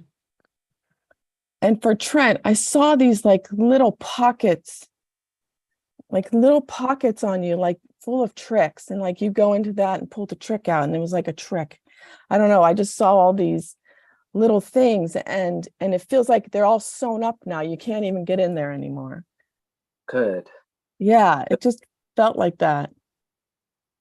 Good. Because yes, I definitely was a trickster, you know, like I had this version of myself that was always creating these scenarios that never happened, you know, so I would prepare for them. 90% of them never happened. And the other percent, I didn't remember what I planned while they were happening. So I had to literally do whatever in the moment. So it just goes to show that like there is no, like we can prepare for certain things, but if it's not serving us, then we don't need to. What it does is create paranoia. And I had a lot of paranoia programming within myself that were tricks. When does anything turn out the way you imagine it? Did it? You know, when does anything turn out the way you imagine it's going to be? Oh. Nothing ever does it? You can try to visualize exactly. Let's say you're going away on a vacation. You're trying to think what it's going to be like without seeing it. You know, you can't. And then in the moment, like if something does happen that you might have thought of, you don't remember what you planned. Don't remember shit about what I planned. So No. it's just a lot of wasted energy that was unneeded. Yeah, I saw a lot of you in me, a lot of it. It was like, wow, this is really a clearing, you know, even though I'm not on the hot seat or whatever you want to call it, the healing, I like the healing room.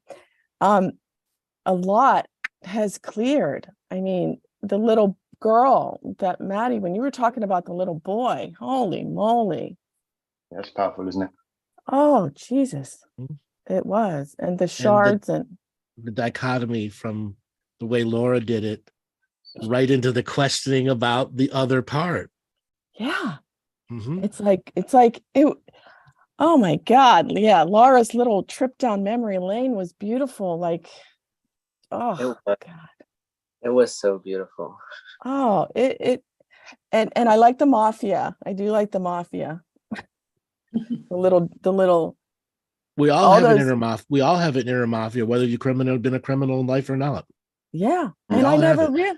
I never realized about all the little henchmen back there. And they all want to be the Don. They all want to be the Don. And they're going to step all over you to get to be the Don. That's right. Oh my gosh, like troves of them. It was just so cool to see that. Oh, Trent, I'm so happy for you, Amanda. Thank But when you you so become aware, of these things that they're in you and that they're operating, then you get to see also the extra layers where the sympathetic and parasympathetic are using them against you as well. Other layers. Is this me or is it the ego? Where does it come from? Yeah. They're all working against you like this organized mafia. And I'm Literally. so glad that I know now that it's okay to do what I have to do in the spirit world, because there's a part of me that like feels bad, that doesn't want to hurt people anymore, and there's also a part of me with the awareness that we have to be careful fighting certain things because we can become them. And this came from me actually becoming a monster, fighting a monster. So that created a fear as well. But it just goes to show that like whenever you do this, you do have to have the awareness, and you have to have the discernment, so you don't become a monster, and that's why the ceremony afterwards is so important, the speaking in the spiritual court of equity, the cleansing myself, so I don't take that energy back into my regular life. Yeah. And I All right, like the Amy. call. Yeah, Go ahead, thank you. go ahead. Oh, I just wanted to say I like the way that you call out the light worker stuff too, Maddie. We have to. We It's- have to yeah. call It's out the going to- light worker side. It helps. It helps. It's going to trigger a lot of people. It's going to trigger a lot of people, but we're at a point in this journey now where that kind of stuff just doesn't serve anymore. Yeah. As a matter of fact, it's becoming quite destructive in people.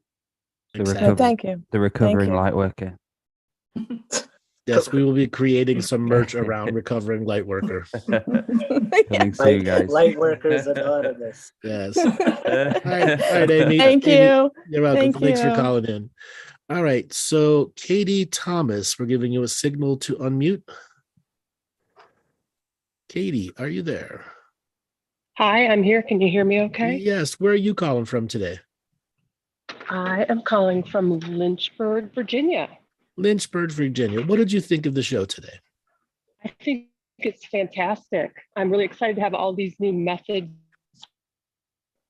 along with fires. You are breaking up. All Are you of us there? who've been following you for a while. So fantastic. Was there any part of it of the healing that you connected Can to? you hear for me yourself? okay? Yeah, you're back now. You faded out for a second. Oh, thanks. I really feel like I could do the interrogation on myself now that I've seen it demonstrated once.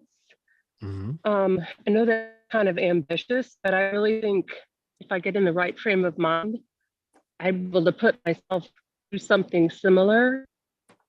And it really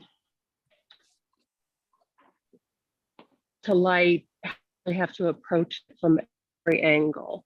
Like we can't just throwing light at the stuff. And revocation started to get started to like stir things up.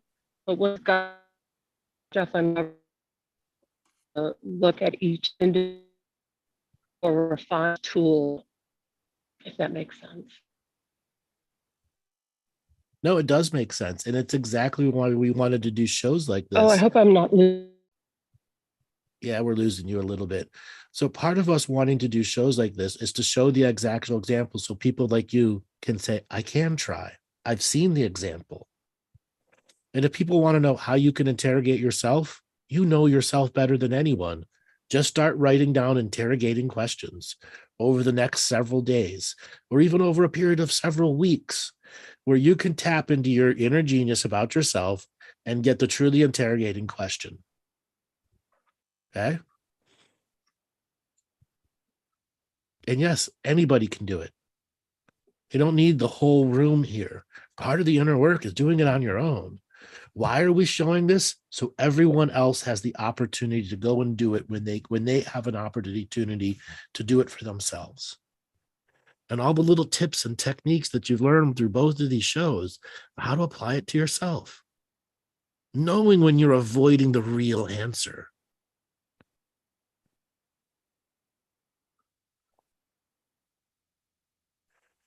Did we lose her? I think we Yes, lost I her. think so. Yeah. All right, so let's bring on Asa Angelica. Signal to unmute. You've had your hand up. Hello. Hello, where are you calling from today? Ibiza, Spain. Ibiza, Spain. Welcome to the show. What did you think of the show today? Oh, amazing. It was a big confirmation. I've done this now for years. After I talked to you a few years ago, we started everything, unraveled. And yeah, so I'm just, yes, I did this in my way, but I recognize the techniques and going, past, present, and future selves and all this, and even caught myself doing. I get this answer sometimes, that hope. I can get like voices in my head that just tells me to keep on going. And I caught myself that I'm actually doing it myself. It was me all the time from the future, sending love and hope and appreciation to myself in my past. So that has been amazing. And I'm just here in Ibiza having a party. What can I say? Living the great life. Great and great. Yeah, Ibiza Yes. is Ibiza. Is it's everything in a 10 times whatever. Yeah. So was there anything specific that you learned from today's stuff? Anything you'd like to relay to the audience, or a personal thing that you've went through? Yeah, a lot. So while I'm here in Ibiza, I've been connected a lot to the mermaids. Mm-hmm. I have mermaid parties by myself. Mermaid dance parties. Yeah, I do. And I love here in Ibiza you have music. Yeah, well now it's over. The party's over. but they have music everywhere, DJs everywhere on the beaches and everywhere. Yeah. So I go to a beach and I dance and I do light language. And as you have spoken about many times before, it's like spirit doesn't care about anyone looking at you. Right. So just do what you got to do whenever you got to do it. So that's what I'm doing. And I have the spirit telling me, go to this beach and do this. And I just follow. And I have people coming up to me and just telling me you're amazing. I love you. I love all of you. I love your vibration. I love you. Out of nowhere. So this has also been a very good confirmation for me, because spirit is not physical. So having people just come to you and just tell you that it's working. So I'm very grateful to be here and to work with spirit through the ocean and through the crystals here in the ground and Esvedra. So wonderful. I'd like to ask you when I'm here in Ibiza, what more can I sort of do here? We'll save those kind of questions for another show. Today's show is just about what's going on with the healing that's going on. Okay. Yeah. All right. Thanks a lot for calling in. We're going to move on to the next caller. Yeah. Thank you. Okay. Let's bring on Reese Warner. Signal to unmute. Am I on, guys? You are on. Where are you calling from? Wales, South Wales. Wales. Wales. Welcome to the show. What did you think of today's healing? I thought it was beautiful.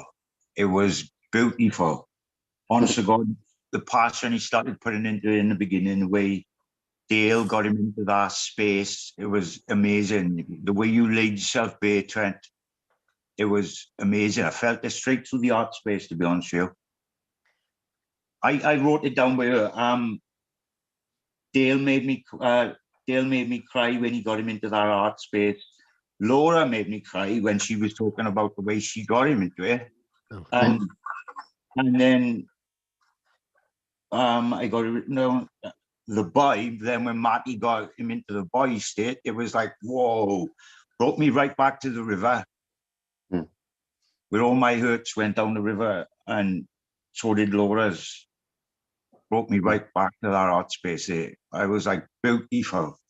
Smashed me, blew my lid up again, people, I tell you now. Maty's light language at the end, very powerful. Right through the art space every time. The passion. Reese was there when I was willing him, raw, tell him, raw. Tell him, Trent. Rah! Yeah. Yeah, it is. Yeah. So smack the shit out of it. Sack that fucker. Sack him, Trent. Exactly. Sock him. Brass knuckles. No holds barred here. I've been waiting to get these out for a long time. Yep. You may need to go get a spiritual speed bag.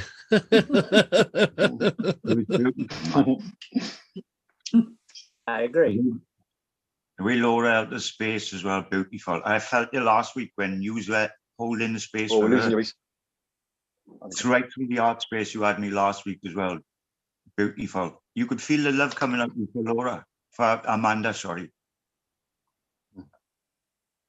Oh yes, we could all feel it. You could feel the love that you had for her, straight through my art space again, Trent. Like I said to you on the text. Beautiful, man, the way you lay yourself bare. Beautiful. Yes. Thank you, brother. Thank you. You're welcome. All right, Reese, thanks a lot for calling in. We're going to move on to the next caller. So let's go, Hillary. We'll give you a signal to unmute. Hello, Hillary. Hello, another How amazing you doing? session. Hillary! Yay, that was powerful. Definitely a lot of tears, and this part that's the mafia part was really interesting for me. Did it show you had an inner mafia?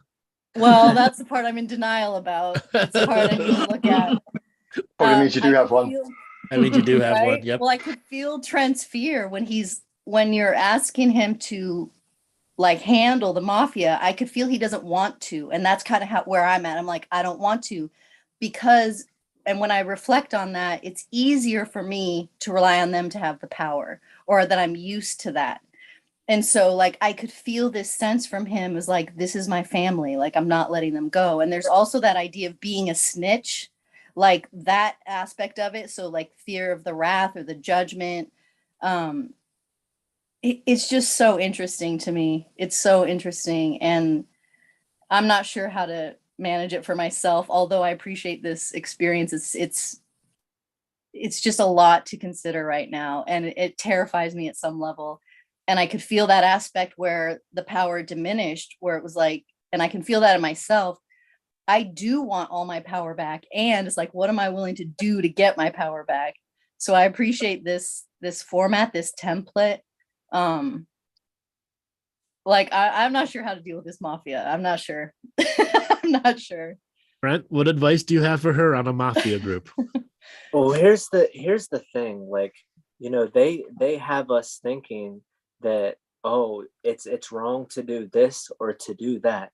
Here's the thing. When just talking and communicating doesn't work, we need to take further action.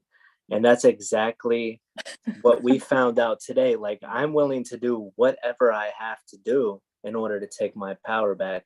And for the longest time, I didn't think that was okay, because I've literally been running from this version of myself that like took power in his own hands and abused it.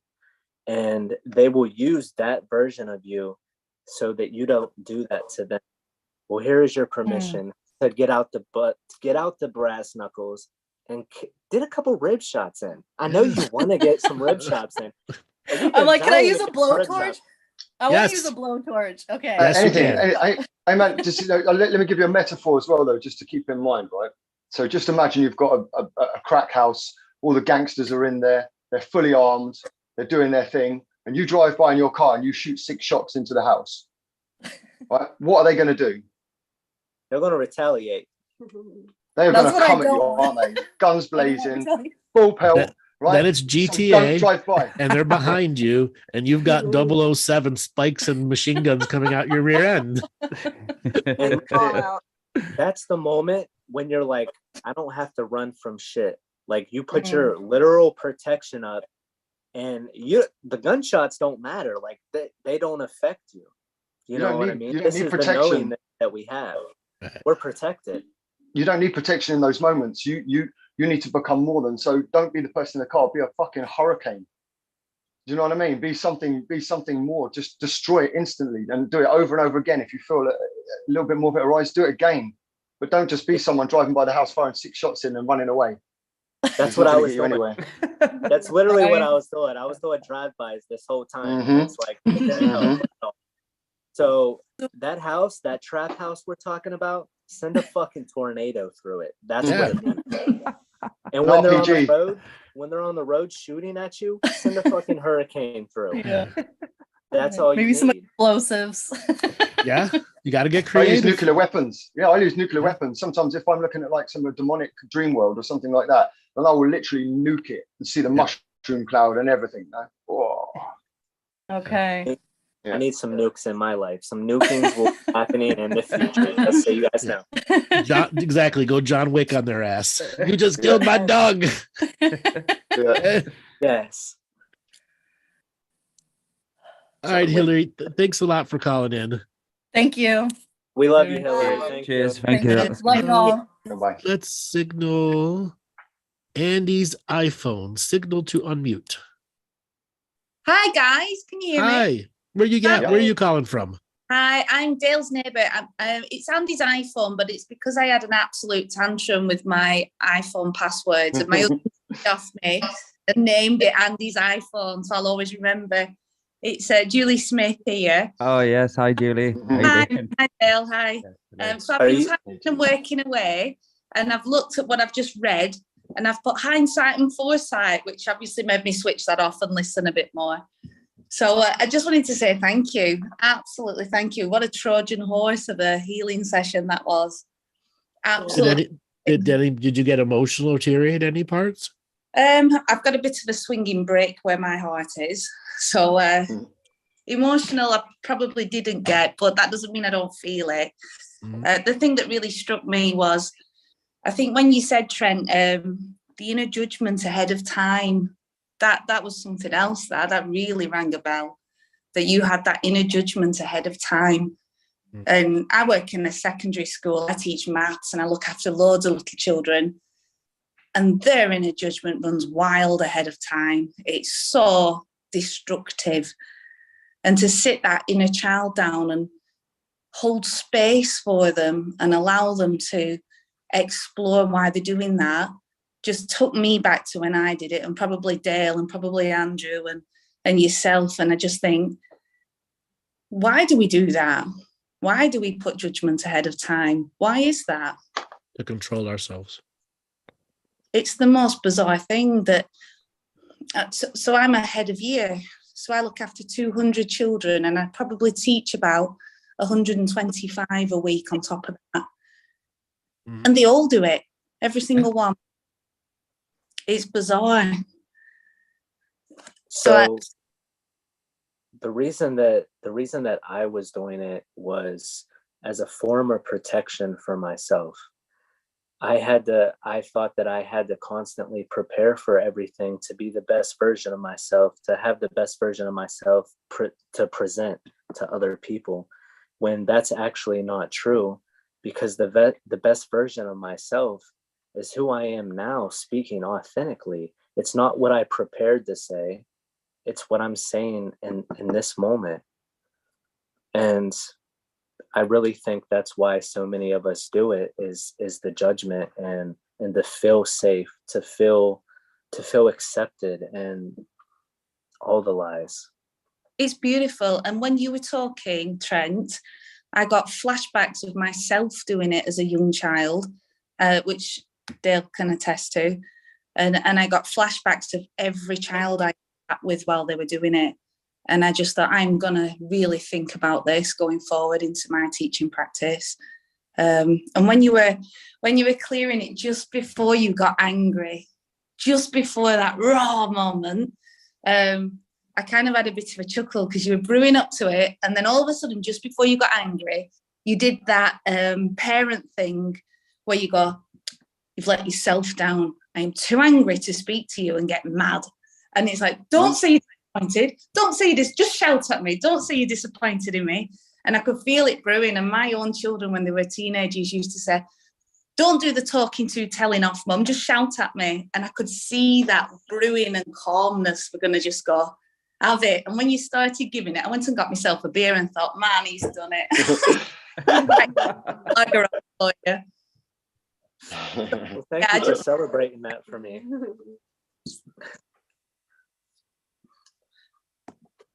Well, that's all wonderful. Darling, thanks a lot for calling in. We've got a couple more callers that we want to get to.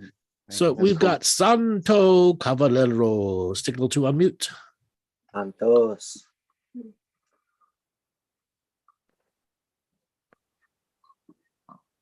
Hello. Hello, Santo. Early in the morning for you once again. What did you think of the show? This is brilliant. Well done, Trent. You know, thank you. It was so familiar because having Sicilian genes, everything that you were experiencing kind of reminded me at a personal level of the type of trickster energy that can be glamorized. You know, like I said, it was like watching a spiritual soprano series. And they know how to dangle shiny objects and fancy things in front of you, glamorize it, and it's easy to get sucked in, and we all have been. And as a child growing up in that, I saw it early on that there was another side to it.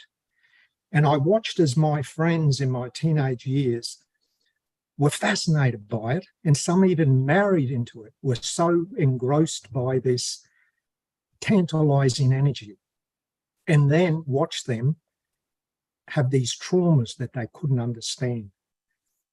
And I could see in you this energy that is hauntingly tantalizing, yet needs to be told where to go. Absolutely needs to be told. It's an old trick. It's been used over and over, and we keep getting sucked in. So well done for holding your own and keep holding on. It's not easy because they've always got something new to throw at you. And I could hear it in your voice how hard it was to say to F off, you know, because it's very attractive. And it's the way it's done, Trent. It's the way it's done. So it's not the ultimate temptation. It's that we all have to stand in our own energy and be responsible, as Andrew says, to the level up of our awareness. Once you know, you can't unknow, and you know now. So you've got to be responsible. You've got to tell it to F off, and we've got to put our big boy pants on and just know, you know, how this darn energy keeps sucking us in. And I think my, incarnational experience in the space of being directly in the soup of it, because it exposed me on a daily basis. But when it's on the street and it invites you in, it takes a little bit longer because you're not experienced on a daily basis of the mechanics of it, of how it actually keeps luring you in. You know, it keeps giving you another little shiny thing to hang around your neck. And so You get it. You totally get it, Trent. So well done. And just keep the big boy pants on. Stay on that path. Thank you, Santos. And you're exactly right, because it doesn't come all in at once. You know, it'll dangle a little thing here and a dangle a little thing there. And next thing you know, you're, right back. But, we can use these aspects of ourselves for our benefit. Like I can see patterns very well. And, I don't have to use that to trick people. I can use strategy in a way that doesn't just benefit me. You know what I mean? And I know that might sound white worker salad, but it's not. We can use strategy that isn't completely selfish, that fucks everybody over. We can use strategy that benefits people. We can use strategy that is selfish, that doesn't fuck anyone over. Exactly. Well. Yeah, exactly. See, Maty really came in as the entity hitman and was really trying to bring you to that point of almost ball busting energy. And once you're back in that childhood cause of the effect, it wasn't like a portal, an entry point to take that ball busting energy with its full power. What I find interesting is when people who have been traumatized in a trickster way, and the cults do it. That's a good example. These religious cults, they suppress the anger, and the anger gets confused as a type of energy that should never be used. So you can never resolve conflict because you're always trying to do it in a non-anger, non-conflict. Look, conflict is conflict, Trent. And sometimes you got to get in the ring, throw a few punches. You're not that person, but in the moment, you just have to be it. And I could see you kind of looking at the ring, trying to put the boxing gloves on, getting the string tangled, and just throw the punch. Just do it. And you'll feel better. And you came so close, and you did it in certain ways. But they were more jabs than a full swing to the jaw, knockout. Knock the entity out. It's okay. Conflict resolution is something we all have to deal with. It's just part of this experience. Yeah. So, Santo, how would you recommend knocking him out? What's your preferred method?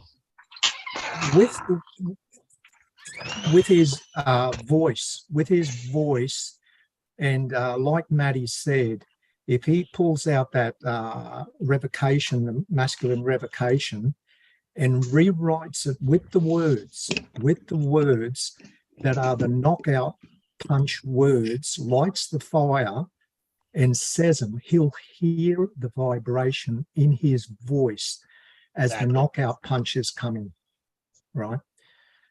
So he can do it. It's a discipline, but it's the hardest thing, because I know what it's like, how the shame, blame, guilt in these mafia style environments, they don't knock you out. They call it love.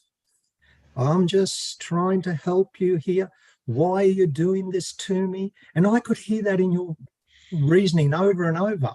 It's like when I tried to leave home as a teenager, I got the, what is it we don't do for you? What are we not doing? You're doing everything. And then they bring it to the second level. Do you know the shame you will bring on this family if you leave? Exactly. I'm not going to bring no shame to this family. And so my dad's knockout punch for me was, you leave this home, you leave with the clothes you've got on, and I never recognize you again. That's the ultimate guilt trip. And I said, well, I guess I'm going, because I knew it was trickster. Yeah, I said, see you later. But I knew it was trickster energy. I knew that there was a connection of love in a very inverted way. the entity that enters your game is not entangled with you in a loving way. It's a trickster. So you can confidently say, I can knock this out, and it's not going to play that it's like a multi-level game, and they just know where you are at in that game better than you know yourself. And they're always 2 steps ahead of you. So just as you think you've delivered a little jab, they're already playing this inverted game of soprano family type, glamorized, but we love you. Where have you been? It's so typical of this energy. You know, it's the where you been all my life, hug you, but they're holding a knife in their hand. Yep. And it goes into your back, into your heart, and you don't even know that it's happening. And you're wondering where this friggin' knife came from. You totally get it, Trent. You've been there, you've done it to death. You can live now, breathe, light that fire. Thank you, Santo. Love you. And thank you for sharing it with us, because I love this format, which seems kind of weird that it's virtual, but it's as real as any other form of healing. And the sharing of it is a massive learning for all of us. So thank you for allowing us to share this experience. Absolutely. It was a pleasure, honestly. Such a pleasure. So happy days for you, Trent. Thank you. Happy days for you, Santo. And thank you once again, Santo, for calling. We know it's early in the morning for you, but you're all right. We do these calls so people can learn from the example how they can do it on themselves, and all the little subtleties that are learned from the live show to the Q&A that's done here, all the different ways people can learn to apply the teachings to themselves. Thank you, Andrew. And I really appreciate the patience you've got and the foresight to put these style of healings in motion. I love it. Thank you. Thank you so much. All right, we got time for one more caller. Because I'm on a different device and I don't have it, can somebody just pick the next caller? Yeah, Jason Plum. I'm giving you the signal to unmute. Jason. Right there. Hey, guys. Hey, man, nice to talk to you again. What did you think of today's show? I was really appreciative of it. I have been watching the last 2 couple shows have been really applicable, because I'm going through a similar thing, and I wanted to say to Trent and Amanda that you're not alone. As to the rest of you out there, you're not alone, and to learn about these strategies and to see taking it to the next levels by coming at it multi-dimensionally and having these powerful healers. And Dale, everybody's got a different flavor. It's so helpful to then imagine applying it to my own healing, and then trying it with Ginny, even though Ginny, even though we're one-on-one, I can still bring in this helpful stuff. So thank you guys. And thank you, Trent. Amanda, you look great. It's really great to see you. When you spoke, you looked strong. You could see the light coming out of your eyes. Well done. Trent, my man, I was there with you, bro. It was nice to see you work. I was right there. I'm proud of you. Way to endure. Thank you, bro. So Jason, what did you think of the mafia part? The mafia part, I'm still trying to wrap my head around it. Even though I have an Italian background, I can't relate to myself as much. I was looking for my mafia simultaneously. I deal with a martyrdom and a zealot kind of loop myself. So I'm a protector, and I loop into some zealotry. So as to what the Mafia Don looked like there, I was trying to simultaneously pay attention and see how it applied to me. So your mafia is the mafia of zealots and martyrs. I would say so. They all talk to each other. They all email each other. They all have WhatsApp groups. Yeah. Okay. Yeah. I've been noticing. Mhm. But yeah, and thank you, Maddie. That light language, dude. Holy, that was powerful. It was like boom, right into my chest, all up to my head. I was shaking my head like, yep, and that. Mm-hmm. It was awesome. And also, Maddie, when you changed gears from bad cop and you said that I want you to hug that kid, I realized that, I needed affection. I needed affection and I needed a hug. And I still do. And it's something that I can't ask for directly sometimes because maybe my heart's a little closed and I'm trying to help too much with my martyrdom and zealotry loop. And then I don't get the hug I need, Mm-hmm. Yeah. So And for me, that the reason I come up with that is because that's something that Andrew taught, but it was something that for me was incredibly powerful because my own children are the most innocent thing in my life. The smell of their hair, they're just everything about them is just pure. And I was able to relate that to that part of the healing. So when I did pick up my inner child, I could actually, my past child self, I could actually smell his hair. It was a very visceral experience for me. And it was, for someone who's not got a hard heart, but certainly a strong one, it was one of those moments that really did just crumble and bring me to tears. Just real deep connection to that which is innocent, which we can lose along the way, right? Exactly. You touched my heart and it brought me to tears too. And I appreciate it. It's good, man. Yeah. All right. Yeah, Thanks a lot thank for you calling all. in, Jason. You got it. Sure. Thank you, guys. Keep up All the right, good work. everyone. Right. Thank you, We're gonna Jason. we're gonna call it an end to the show today. We'd like for you all to hit the like and subscribe button, put a comment on the Facebook page, share this far and wide, share it to friends and family who are willing to go through their own healing on their own journey. I know we've got a lot of examples out there. We will be back this coming Thursday for another show, everyone. Spread it far, spread it wide. And you have to be on the lookout for the new things that are going to be coming from Two Feathers Medicines in conjunction with me, the Galactic Historian. We have some incredible things planned in the background. And if you want to get onto locals.com and type in Two Feathers Medicine, set up an account, it doesn't take long.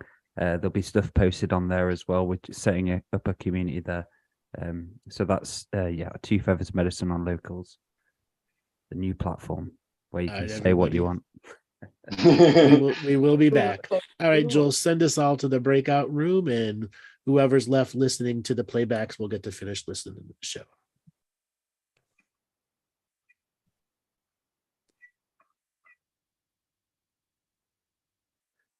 Answer some comments. Yeah, I answered Do some. not have that breakout. You're echoing. You don't have the breakout feature? No. It's okay. All right, let's just we're gonna have to ask everyone to leave the main room then. No big deal. All right, so we have to just ask everybody to please leave the Zoomy room. We have to have our little after show talk. Dun, dun, dun. That's right. Weapons are coming out. Exactly.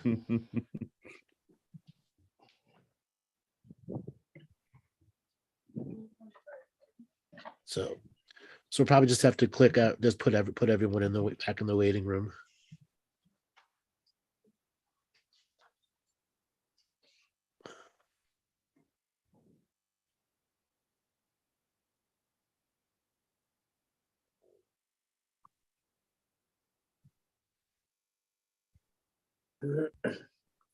And then you can end the live stream.